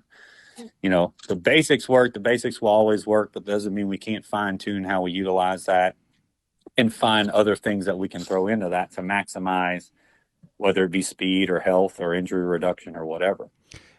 And Ben, you're down in Louisiana. Have you seen the material of the guys from GOTA? Oh, we're gonna. All right, well, let's go here. Yeah. And I asked that because I had them on the show. I haven't. I don't know if you agree or disagree. They I were would. on a while back, and it seems to be. It's very interesting to me as someone who's kind of an amateurish. Well, I've been training that stuff, not theirs, but So just I training for will 20 we'll years. say I highly disagree. Okay. So my bullshit meter goes off big time, because if you ask any strength coach worth their weight in salt about GOTA, they're all going to say the same thing. They're all going to tend to agree with me, because I've had these conversations with multiple strength coaches. And I we try to get into this without trashing anybody or trashing them as a whole, and they may be good coaches, but as far as their belief system, it just doesn't make sense biomechanically. It goes against all the things we know from a biomechanics standpoint. Mm-hmm. You can cherry pick pictures of still frame pictures of movements of Tom Brady or Michael Jordan, or in these certain positions, and say, well, this is how you're supposed to move. But the reality is there is no one way to move. Your arthropometrics, how your body is built, your skeletal system, um, will determine to a degree how you can move. There's plenty of ways to squat. There's plenty of ways to deadlift. There's plenty of ways to lunge, to jump. There's probably a range we want to be in with all those things. Just like there's plenty of ways to swing a golf club successfully. Right. So I think anytime you start to say there's only one right way to move or one best way to move, my red flags go up in my head, because we know there's not. There's just not. Everybody's built different. You can look at successful sprinters or runners or successful athletes in all areas, and you're going to see different ways of movement. You're going to see different builds, different abilities. You can look at major league pitchers and arm angles, and quarterbacks and arm angles, and golf swings, and runners and sprinters, and all these things that are at the highest level, power lifters, and you're going to see a bunch of different ways. Again, there may be optimization in certain things. There may be certain positions you want to get into, let's say in the golf swing, but there's plenty of ways to get the job done. And I just, like I said, anytime you start pigeonholing movement into one right way, the red flags go up for me.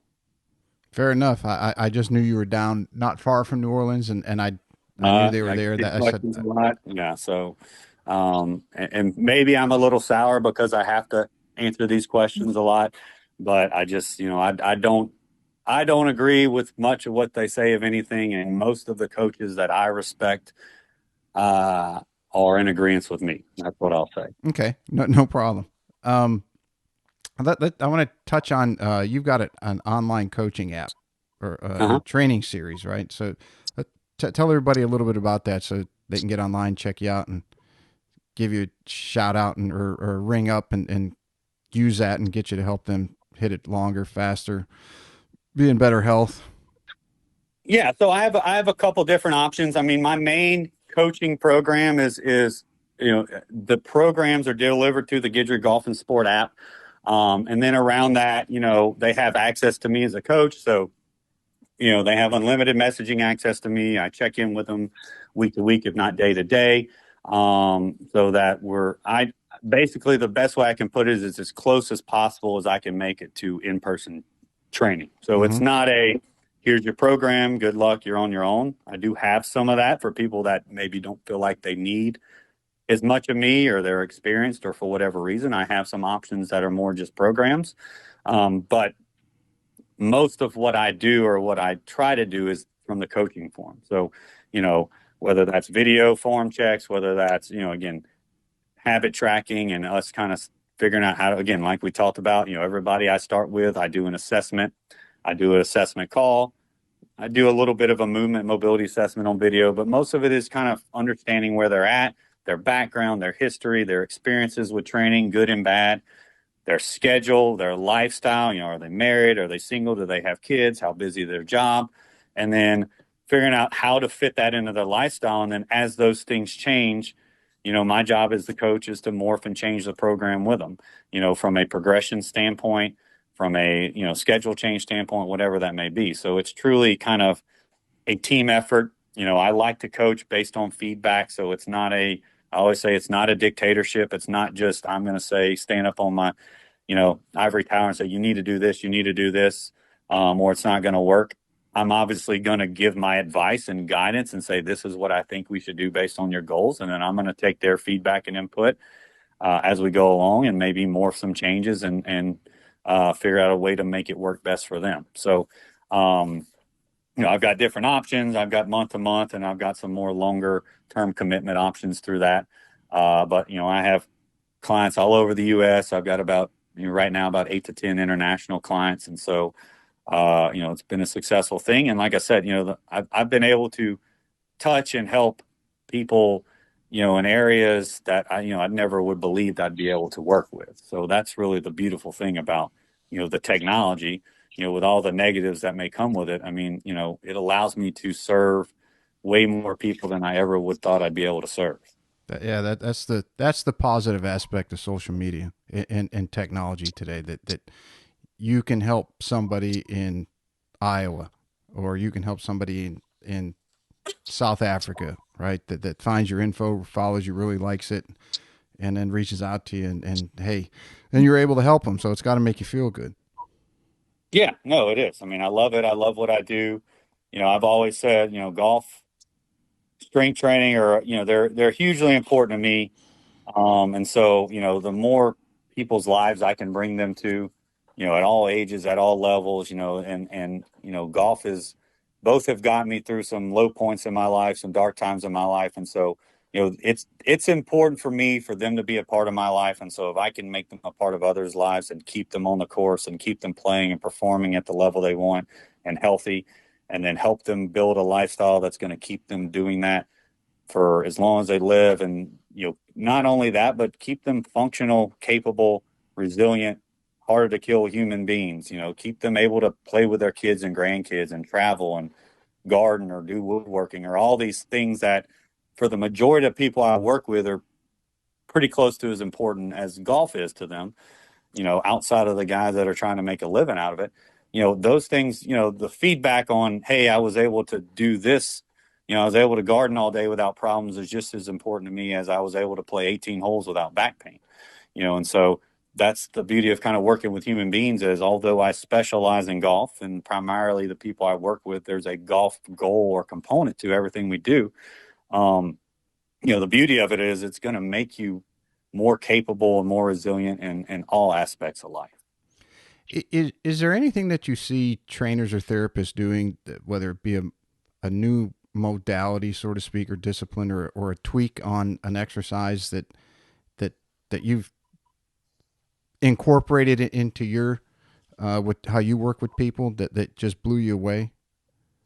Or is it just staying to the fundamentals and Yeah, I mean, I modifying would as say needed? it's staying to the fundamentals. I mean, it's I've gotten more into single leg stuff over the years. Um, working into multiple planes, but I still, you know, focus on the main movements, the squats, the deadlifts, within that. I would say just kind of looking back on how I've changed over the years, I've definitely got into more speed work, more jumps, throws, slams, that type of thing, and incorporate more of that stuff outside of the pure just strength aspect. Mm-hmm. I think people spend too much time on mobility and warm ups. I program maybe 10 to 15 minutes a day of mobility. The warm ups of my workouts should take about 10 minutes. And then, so it's you get in, you get moving, move your body, get your heart rate up, and we start moving fast. And then, we start going into our main lifts, and then maybe, we go into some accessory lifts depending on goals or needs. And then maybe we finish with a little heavy core. And that's how most of my workouts are. Basically, they all kind of look similar as far as that layout. The details and how much weight and reps and the variations of everything is what's going to differ from person to person, and how much time we may spend in one area versus another. But, the fundamentals work, the basics work. If you're consistent in the basics, you're going to see progress regardless of everything else you do. So, move your body through a full range of motion, lift heavy, spend some time moving fast, sprint, jump, throw, slam with high intent. I think that's one of the things that golfers make a mistake, is they turn our power exercises into endurance exercises. Mm-hmm. And they're trying to just get out of breath, and, and some of that kind of maybe can go to CrossFit and some of the things that come with that, where they're doing high rep of movements that are highly skilled or that are really more should be power movements. But again, a lot of good things come from CrossFit. But, I think they feel the need, I've got to be out of breath after doing these medicine ball slams or these medicine ball throws, rather than focusing on each rep being high intent, each rep being everything they got, and gathering yourself and then going again and doing your 3 to 5 reps. And that's it. And I don't care if you're out of breath or not. I care, did you give everything you had into each rep? Were you moving as fast as you can? Were you jumping as high as you can? Were you sprinting as fast as you can? I think that's a big thing to understand with the power training, and even speed training. If you do a speed bench or speed squats or some Olympic lifts, the same kind of principles go. Your goal should be move that bar as fast as you can. So, doing that, daily walks, I've been a huge proponent of, and that's something I put into all my clients' programs. I have basically just a habit checklist, go for your daily walk. Again, it's something I've implemented into my day-to-day, and from a mental health and a physical health standpoint has been huge. And then the basics of nutrition, focusing on protein. If you kind of look at the data and just on the experience, most people underestimate how many calories they take in, and underestimate how many protein they take in, and overestimate how many calories they take in. I think I said that right, but they think they take in more protein than they do, and they think they take in less calories than they do. And so, focusing on, if you want to lose weight, you got to be in a caloric deficit. So big part of that is going to be controlling intake.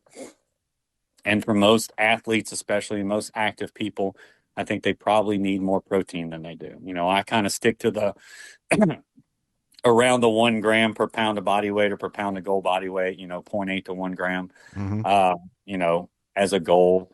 And so I think that, you need that to support the muscle and the breakdown and your weight training. And so, and again, it's going to be more satiating. It's going to tend to be less calorically dense, from those types of foods. So you can fill up on things that aren't as high calorie.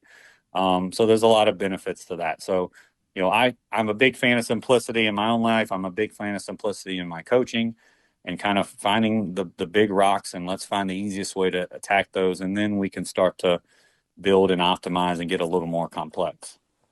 Is there anything you were certain about, say 5 to 10 years ago, that now isn't true, or that might have been incorrect? There's things I've done. Hell, I've probably done unstable surface training for the goal of balance for sport. And in fact, I know I have. Mm-hmm. So that would probably be the biggest shift as far as, just how outspoken I am against it. Definitely less emphasizing the heavy weight training and understanding, there's a kind of a point of diminishing returns. And while still most people I work with aren't near that level, understanding that, speed and moving fast in power training has probably become more of an emphasis, in my programs than it was maybe 4 or 5 years ago. Again, I owe a lot of that to kind of things Mike Carroll has done and put out there, and Bill Miller and people like that, where understanding that force production curve and rate of force production and who needs what, and maybe the importance of, as you hit a certain point of strength, getting more strength probably isn't worth the time and energy and effort, and more time maybe needs to be spent on moving fast and the rate of how you develop that force. So I would say, those kind of are things that pop to mind. But my background in physical therapy is very manual. And I've probably put my hands on 5% of the patients I work with. So, from a rehab standpoint, I've become more activity based and exercise based, and really consider myself more of a strength coach in the way I practice than a physical therapist. I don't own ultrasound or stim or anything that in my clinic.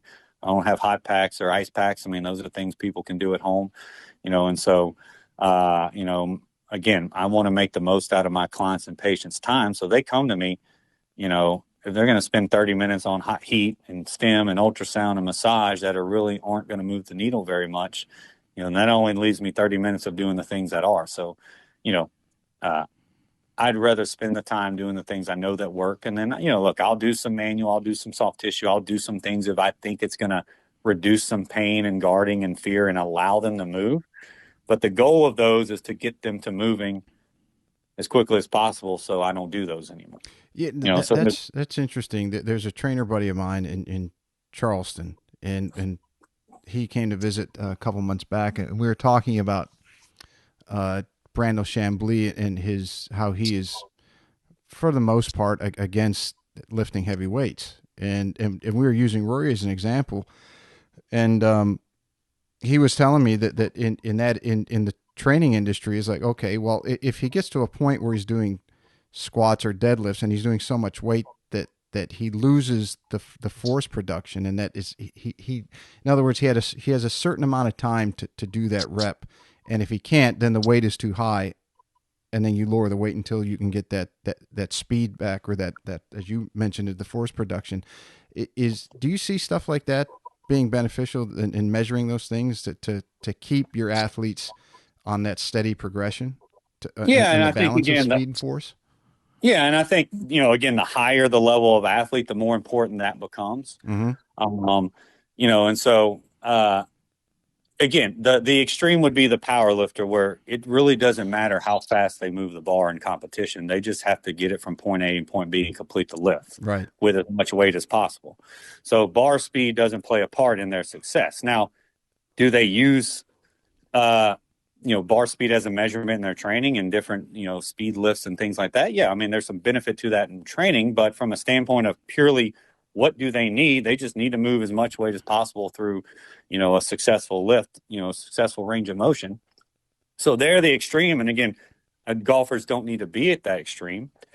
So at a point, if you're moving the bar too slow, or if it just takes too much toll on your body from a recovery standpoint to lift X amount of weight, then, that going for more or staying at that point probably isn't worth it. Or, we need to kind of change the approach where we are maybe focused on less weight and more bar speed and things like that.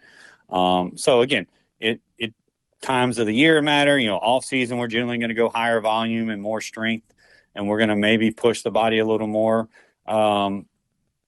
smartly. And then as you move towards in season, that's going to change from a volume standpoint, and even, how far we're willing to push the body from a weight standpoint. I still feel that in the golf world, that's a rarity. Most golfers I've worked with at all levels don't come very close to that point where they're at that diminishing returns. Mm-hmm. So it doesn't mean we don't still vary it depending on where they're at, how they're responding, but there's still the goal is to get stronger for most of them. And so theoretically, yes, in the golf world, maybe more than other sports, it's still probably most athletes are not coming close to that point.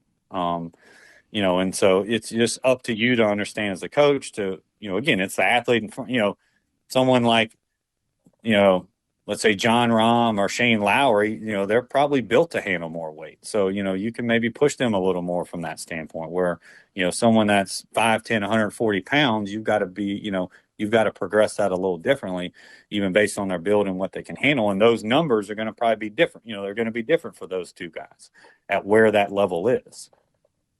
Interesting. Very cool. Where do you see the training therapy industry in 5 years? I definitely think quickly as things are advancing in today's world, I figured I 5 definitely years. think virtual and hybrid and that kind of a more of a less of a, everything has to be in person and in front of you is going to become more and more of a thing just because, technology is pushing that way. Obviously, COVID kind of forced us into that bit of a model, Hmm. even myself, without, really having time to maybe prepare for it. Um, I think that even as like my therapy clients, very rarely do I see someone 3 times a week, even for severe post surgery things, because uh, I just don't think there's a need for it, and so I support them through my app. So they still have everything they need to do on their own. There's no need if we're going to be doing the same things for a couple of weeks. They don't need to be paying me a copay and come sitting in front of me or paying me cash, really, because I don't take insurance, to come sit in front of me to do the same exercises they could do at home until they're ready to progress. And so, I think that's a problem in rehab, and you know, there's a lot of issues I have with just outpatient physical therapy, but one of them is just this generic of, you run people out of their visits, and they had an ACL and now they're out of their 30 visits their insurance gave them for the year in 2 months because you've just run them through this mill of doing the same stuff over and over again, and they haven't gotten anywhere, and they're still nowhere near where they need to be to return to play and return to where they need to be. So, I hope maybe this is just wishful thinking that we move more into a model of where, you know, away from the medical system, away from, maybe insurance controlling us, which, personally I have done, in more of a, you know, options approach. So, hey, you can't afford to come 3 times a week. Well, here's a cheaper option we can do virtually, or here's a different option where, I have this app you can train through. Maybe you only need to be in front of me once a week. And so, giving patients options and having that ability to still deliver, I feel I still deliver as high a quality product online as I do in person. Um, Still keep the quality there, and I think probably the quality even better sometimes than if they're in front of you 3 days a week.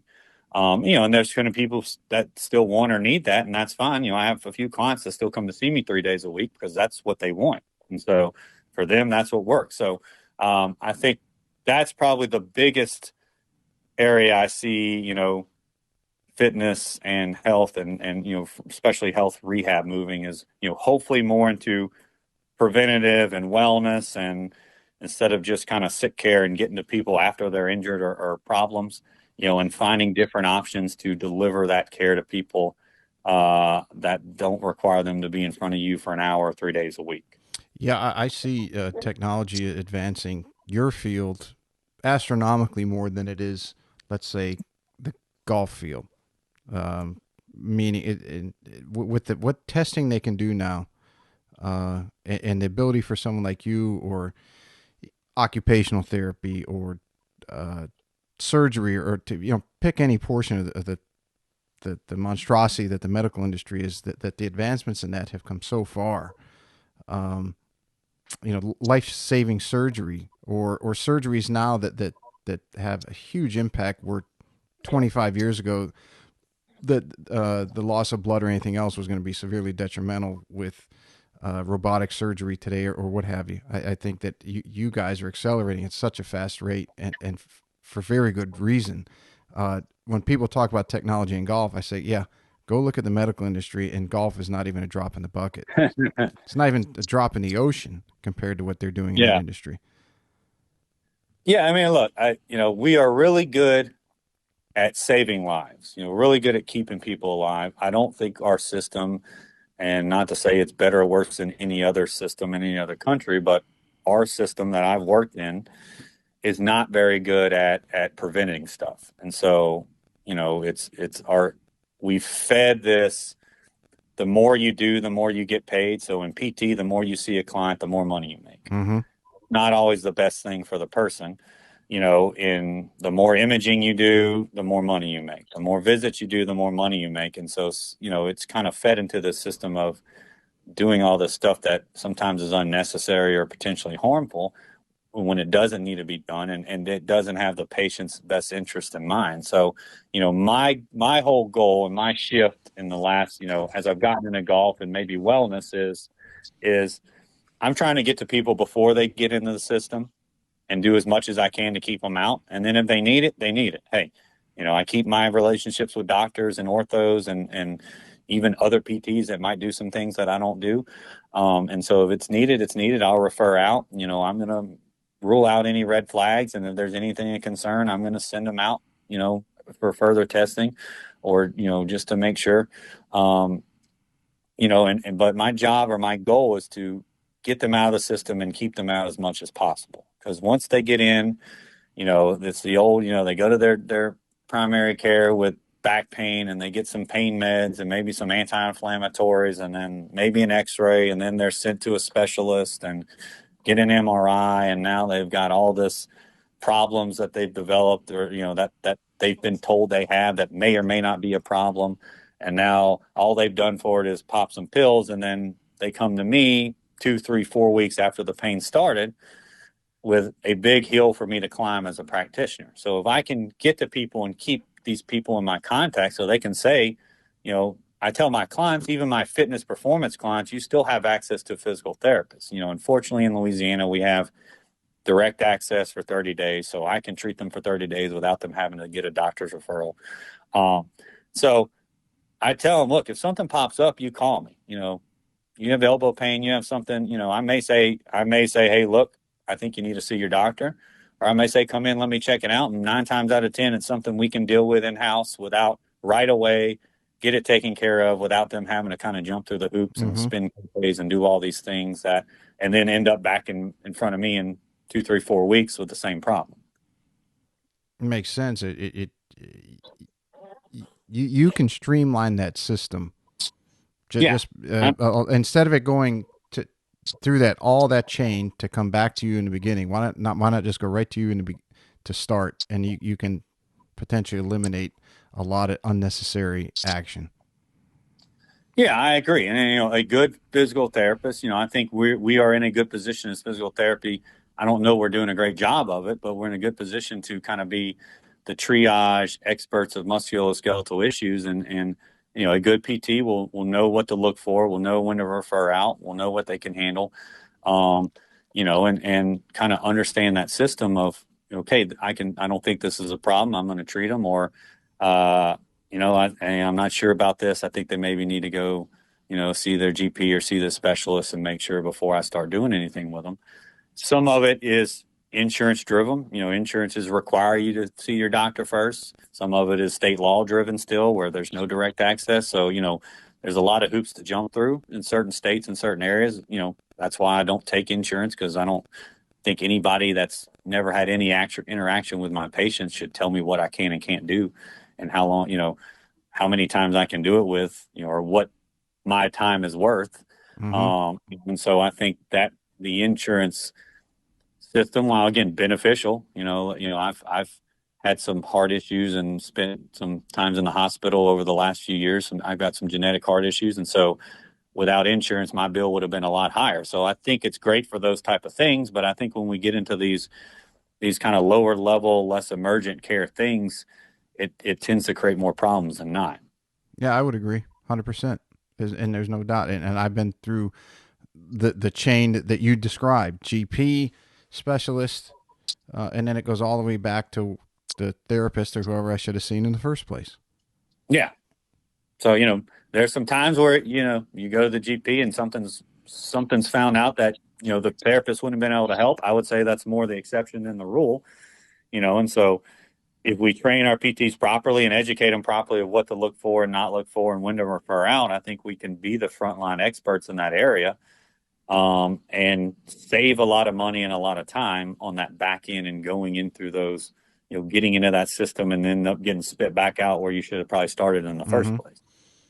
What's something that you believe in, or that or you might coach, that some of your contemporaries might think is crazy?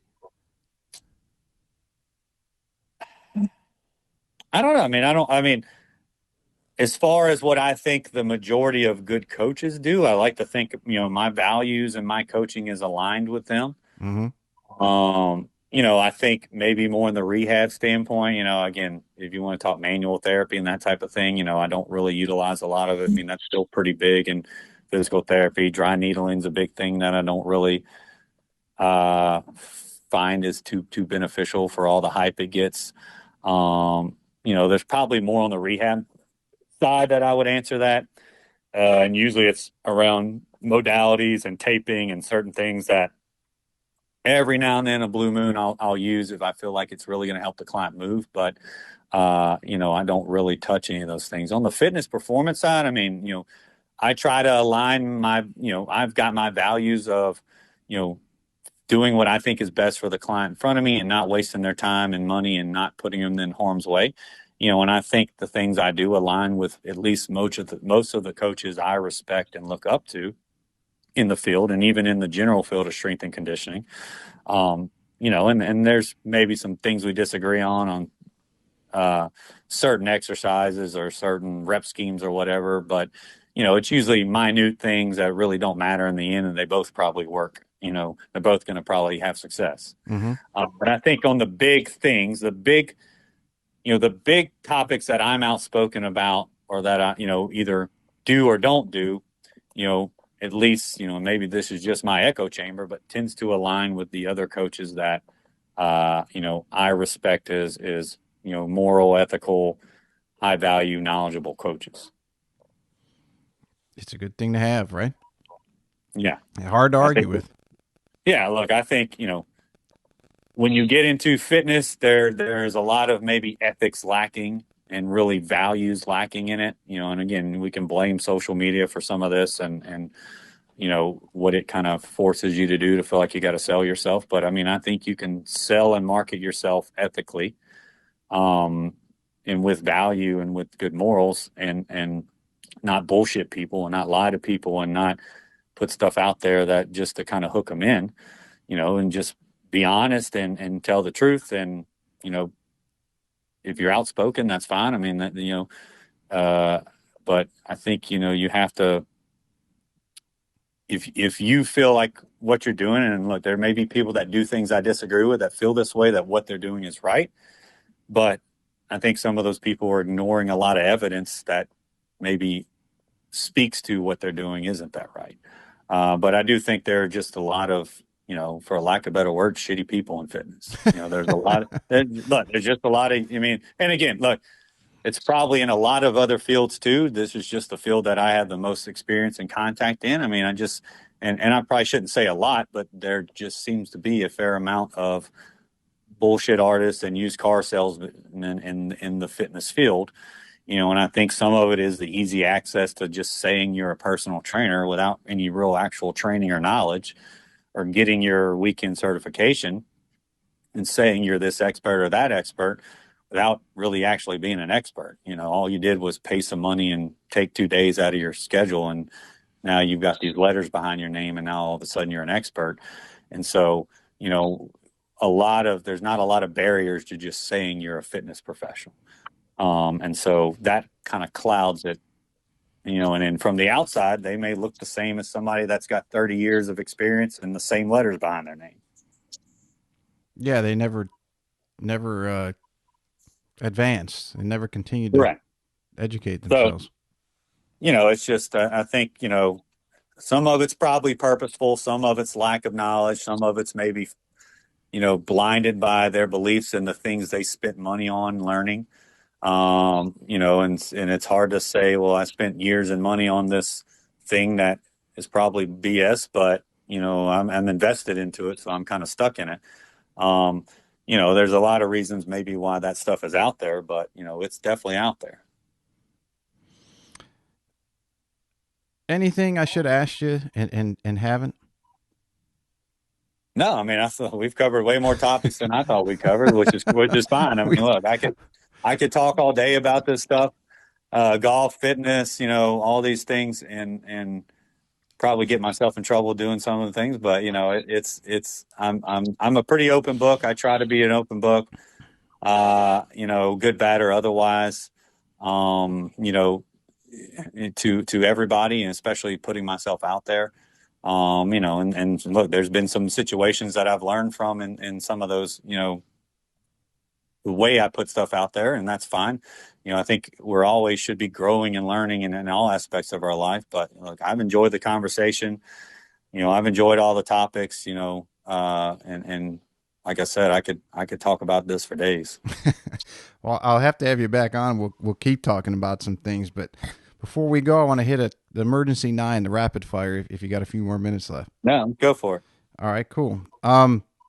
Let's say that you got to really practicing your game and you got really good, and you made the Ryder Cup, and they do your walk up song to the first tee nowadays. What song would you have them play?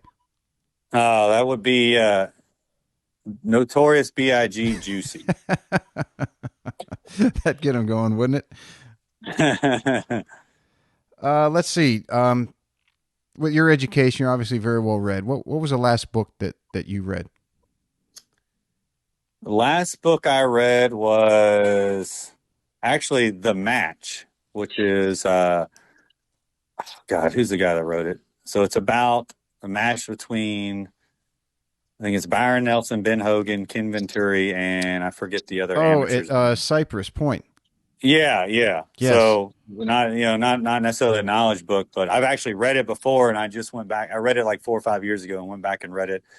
I guess about a month ago I finished it. But I mean, I love the book. It goes, obviously it's an intriguing story, but going into the background of all the players and other players of the time, it's a very interesting read to me. Mm-hmm. I think wasn't it pretty close till the very end? Yeah. Went down to the wire, last hole or two. I think so. Yeah. Let's see. If there was a movie made about your life, what actor is playing your role? That's a good question. I don't know. I mean, it'd have to be someone like in shape and good looking. So, maybe someone with a little more hair than me than I currently have. Well, that knocks the Rock out. Yeah. So, he's a little bigger than myself. Maybe someone like let's say a Brad Pitt in his heyday. There you go. Someone like that. It seems like a good choice. All right. Let's see. Strangest thing in your golf bag. Strangest thing in my golf bag is, I just cleaned it out, so that probably would have been a better answer before that because there was a lot of random stuff in there. No, then we'll go when you cleaned it out. What was the strangest thing? So I will say this. So this is maybe not the strangest thing, but I changed bags, I guess about 3 or 4 months ago, maybe a little longer. I went on a trip to Whistling Straits, and so we were walking, so I switched to a walking bag, or a lighter bag, and so there was some stuff rattling around the bottom of my bag. Pulled my clubs out, and I dumped it out, and I had 2 rangefinders that were in there that I'd obviously lost at some point along the way. But I had no idea they were sitting in the bottom of my bag. Chance of 2 of them ending up in the same spot. So now at that point I think I gave one to a friend, but I had 3 rangefinders at that point. They all still worked, but yeah. So maybe that's finding 2 rangefinders in the bottom of my bag was probably the strangest thing. That is pretty strange. I agree with you on that one. Let's see. If you weren't a therapist and a trainer, you would have been a what? I'd love to say a professional athlete, but basketball was my sport growing up. I played it through high school, and then at 5'10" and 150 pounds, as a senior in high school, I realized like that was probably the end of my basketball career. I like working with wood. So, outside of golf, I don't do as much as I like. So, maybe some kind of woodworking or carpentry or something like that. Mm-hmm. If you walk into a casino, what's the first thing you're playing? I'm not probably sports betting now that it's legal. So, they're legal here. So I'm not a big gambler. I'm not a games player. Like if I go, I'm generally just having a few drinks and watching my friends lose money at blackjack or craps or something. But I usually go straight to the sports book now, which gets me in enough trouble. But so I'm not. I mean, if I play anything, it's probably blackjack. Okay. That's probably the game I've ever played in a casino. What was your favorite subject in school? I was a fan of the sciences, so like biology, obviously, anatomy, things like that. Those were all my favorite subjects. I hated math. One of the big reasons I went into physical therapy is because it had the least amount of math prerequisite. So it kind of worked out. It had a lot of biology and anatomy and a lot of math. So, those were definitely my favorite subjects. All right. Who on any tour in the world is the best physical specimen in golf?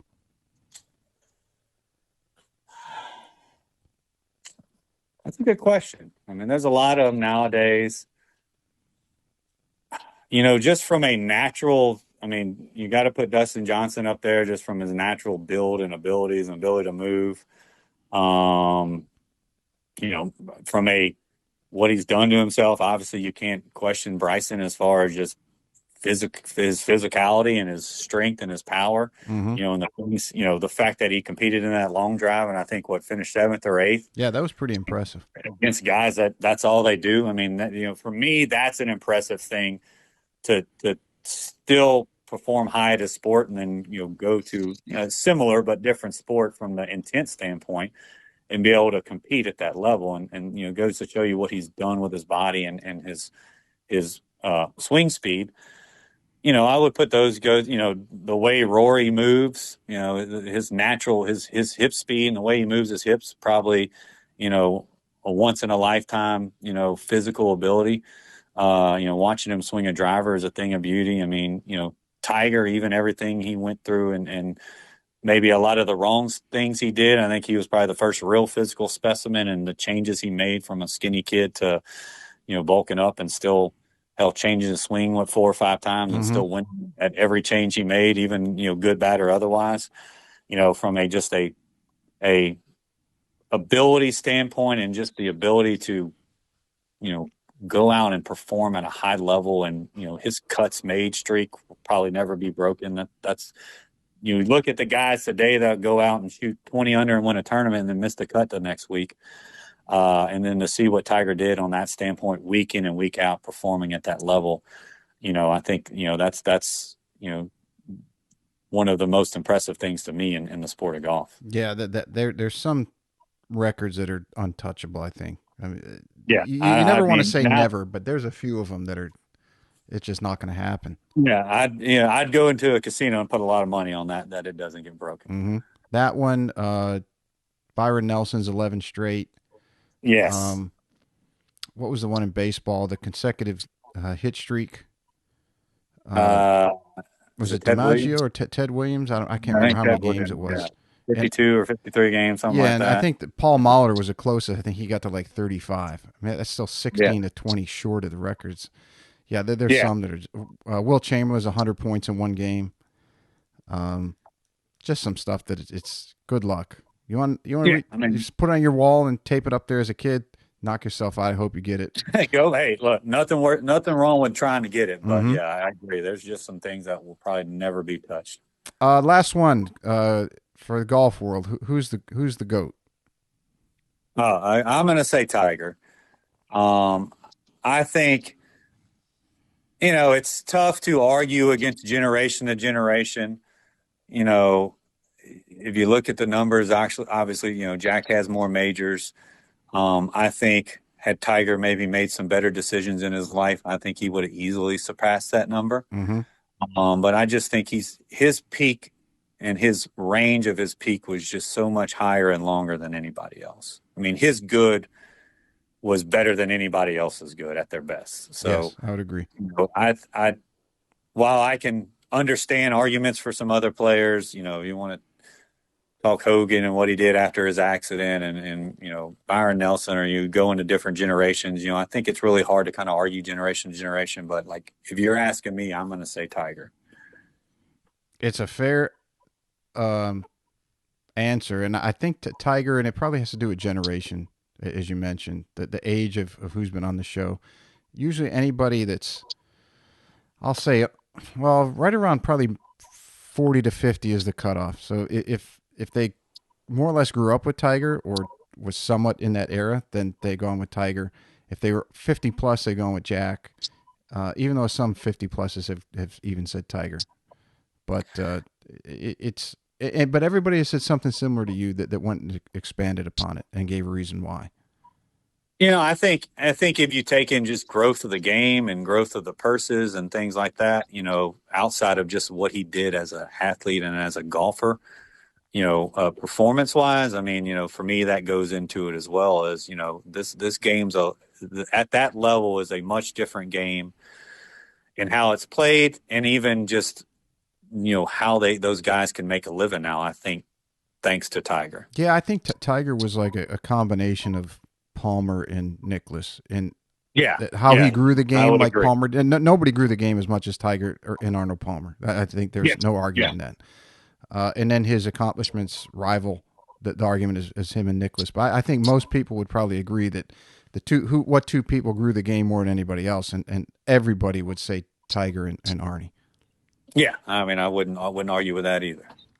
What do you, anything coming up that you want to tell people about? Are you speaking somewhere? You got a book coming out or something interesting? So I am in the stages of working on a book. I'm not a writer. If you read any of my tweets, my spelling and grammar is my weak point. So right now I've kind of got the content. I'm just organizing it and then getting close to the next step of like editors and all this that I'm still kind of figuring out what the processes are with that. So that's kind of my next big project. I don't really have a time frame. I'm hoping maybe by the end of this year to have it out maybe for Christmas time or something like that. Mm-hmm. But it's just going to be a general, the title's becoming a lifelong golfer. So, it's going to have just some, things I've learned, the generalities of how to improve swing speed and health and, tapping into, what to do at different ages, whether you're a junior or senior or, it's more of kind of hopefully will be a book for everybody. It won't be super in depth. Let's say if you're a coach or you're a high level golfer willing to get that edge, but it's going to be more for the masses of just educating them on, how to best spend their time to become a higher performing, healthier, golfer that can play the game there for the entirety of their life. Cool. Outside of that, I've got my online coaching program, obviously my in person for, locally to me here in the Mandeville, New Orleans, Louisiana area. I have a couple programs I just put out or that are more just programs. So, they're kind of lower cost things that don't have as much access to me. I've got a 12-week program, which is just basically a 12-week full training program with the goal of improving strength and speed. That you can find. You can go to the links on any of my social media and find it, or you can go to my website, Guidry Golf and Sport, and find it. And then I just put out a 6-week mobility program that is basically an all-encompassing. It's a daily mobility program that kind of gives you everything you need to improve your mobility and movement as a golfer. As well as some special things on improving back speed, swing length, and separation, and just general health and wellness as well. So the goal of that is just to kind of instill the habits of moving daily with some purpose, around benefiting the golf swing. Again, that can also be found on the links of my social media on my website. And tell just, and I'll have, as I do all that with every guest, all your social media handles and link to your website and everything. But go ahead and tell everybody your Twitter, Instagram, Facebook too. I know you're on Twitter and Instagram because I follow you on both. Yeah, I'm on Facebook, so obviously I have my personal page, John Paul Guidry, and then Guidry Golf and Sport page on there. Instagram, Guidry Golf and Sport Performance. And I just changed my Twitter handle to Guidry Golf or Fit, I think. It used to be Barbells and Birdies, but I changed it to Guidry Golf Fit. So, or if you search my name, Dr. JP Guidry, you can find that as well. But I'm most active on Twitter and Instagram. If you want to see me getting arguments, you can follow me on Twitter. I'm trying to be more positive, but I see stuff and then I can't bite my tongue. But it is fun. I mean, that was one thing that caught my eye that I said, I got to get him on. I got to send an invite to him because but you do it respectfully. I mean, you're passionate about your opinion, and it's very well backed up. And it helps people who aren't in that part of the industry to, like myself, and hear you and whoever you're going to disagree with, because then there's a back and forth and people can learn from that. So and that's what I hope. I used to. I'm divorced now, but I used to tell my ex-wife, like, I don't argue for something unless I'm pretty sure I'm right. So that's what I tell a lot of people. I feel like if I'm going to really put something out there, I'm pretty confident that, I've got enough evidence behind it to just, it's not just me saying words, there's stuff backing it up. And look, I mean, there's been time where I've been wrong. There's been times when I've been called out and been presented better evidence to say, okay, well, I'll look into this. Maybe I'm not right. And so, I like to think I'm willing to be open-minded if there's enough evidence to change that. But, generally the things I'm outspoken about is usually there's no evidence to back it up. And it's usually just words and opinions. And look, I know the chances of me changing anybody's opinion, it's kind of like arguing politics or something, the chances of me changing the person's opinion I'm having that argument with are probably slim to none. But my hope is maybe someone that doesn't have an opinion or that doesn't have the knowledge sees it, and then they can kind of take that, at the very least, do their own research, if anything. Yeah, and it's a good thing. And the fact that you would say, I've got to let me check more on this, or I could be wrong. I mean, that's fair enough. I think that's a fair thing to say, as opposed to just ramping it up and just arguing to argue, because you can't admit that you might have made a mistake, or that someone else might know something, and not just you in particular, but anybody out there. I think that cesspool of Twitter. I mean, that's where it can become a problem. Yes, it's just can become a problem quickly. So I'm probably will always be outspoken against certain things, especially if, I feel like there's enough information that I'm confident in what I'm saying to back that up. But, I'm trying to be better about how I present that, and maybe just better about blocking and ignoring and that type of thing. Because, I can waste some time having conversations with people that is probably time better spent on other things. So, I'm doing it more from that basis than anything. But, I like being on social media. Like I said, I've met people, made friends, made contacts, learned a lot from social media. Look, it's got its negatives, and I have my downfalls with it, and getting sucked into it more than I like to. But there's a lot of negatives, but I'm trying to be better at, and I think a lot of people can kind of take from this. And Mike Carroll actually put out a post, something about this, just kind of posting and not paying attention to the comments, or not arguing, not wasting your time. And so something I'm trying to be better at is just putting the stuff out there, trying to educate, make my point. If someone wants to have a civilized conversation or a reasonable argument at the very least, I don't mind that. But, you can kind of get into things and realize where it's going to go pretty quickly within that. But, I've met a lot of people and had contact with a lot of people in and out of golf that I would have never had it not been for social media. So, I'm trying to be grateful and focused on the positives of it as I try to get better at how I utilize it. It's a good way to do it. I mean, using it the way it was probably intended to be used. Yeah. I think the powers that be may have kind of poisoned that, and humanity itself. But I think you can find, if you can weed through all the bad and the negative, you can find a way to positively use it and build good relationships. Okay, that's what I've been using it for.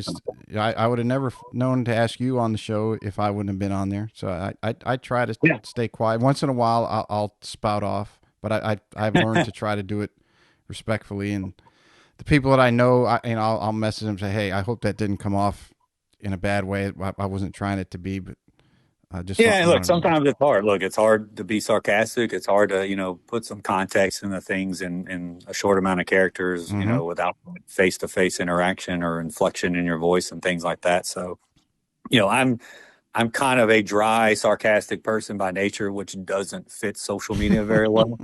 It's hard to read that stuff sometimes. So I've had to kind of maybe explain things to certain people and be like, hey, look, this is how I meant it, But it's usually always ended up all good. But it's hard to carry over some of that personality into that, when it doesn't read that well. Cool. Well, people need to check you out. Again, the links will all be in the summary. If you want to hit it longer, you want to feel better, play better, all that stuff, check out Doc Guidry's site. Doc, it's been a pleasure. I really appreciate you coming on, and I'm sure we're going to have to do this again. I'd love to. I really appreciate you. I'm grateful you having me on, giving me this opportunity to talk. Anytime. All right, everybody. Thank you so much for listening to today's show. If you enjoyed it, you can find more information on today's episode and other topics at golf360.blog. There you'll find the show notes and links related to this episode, as well as any other episode that we've done so far to date. If you're interested in improving your game and would like to learn more from yours truly by taking a private lesson, a half-day or multi-day school, club or putter fitting, you can reach me through the blog site or by email, pete@golf360.blog. So some of you may be asking, what is the golf paradigm? All you have to do is click on the homepage while on my blog site to discover how you can start playing better than you ever thought possible. Or you can simply sign up again on the blog page for my instructional videos where I give regular tips on all areas of the game to include the swing, club design and fitting, health, fitness and nutrition, the mental aspects, and equally as important, the integration of all those things together. I'm also on social media, and you can find me at The Golf Paradigm. That's Paradigm, and I'm on Facebook, Instagram, and Twitter. And don't forget to subscribe to my YouTube channel, also under the same name, The Golf Paradigm. Facebook is usually the best way to reach me for questions and or comments, and I look forward to hearing what all of you have to say. This podcast is brought to you in part by Old South Golf Links. A short ride across a bridge from Hilton Head Island is one of the area's finest golf courses and a hidden treasure. Set up on towering pines and ancient oaks with sweeping marsh vistas, truly makes Old South Golf Links a one-of-a-kind golfing experience. The Clyde Johnson design was named one of the top 10 new public courses when it opened, and it also takes full advantage of the natural beauty of the Low Country.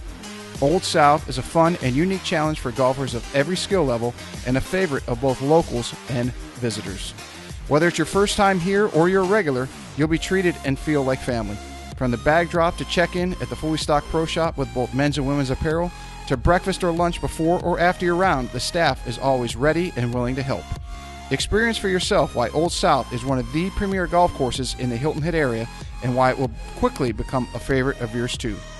Visit them in person or online at www.oldsouthgolf.com, or to make it tee time, simply call the pro shop at 843-785-5353.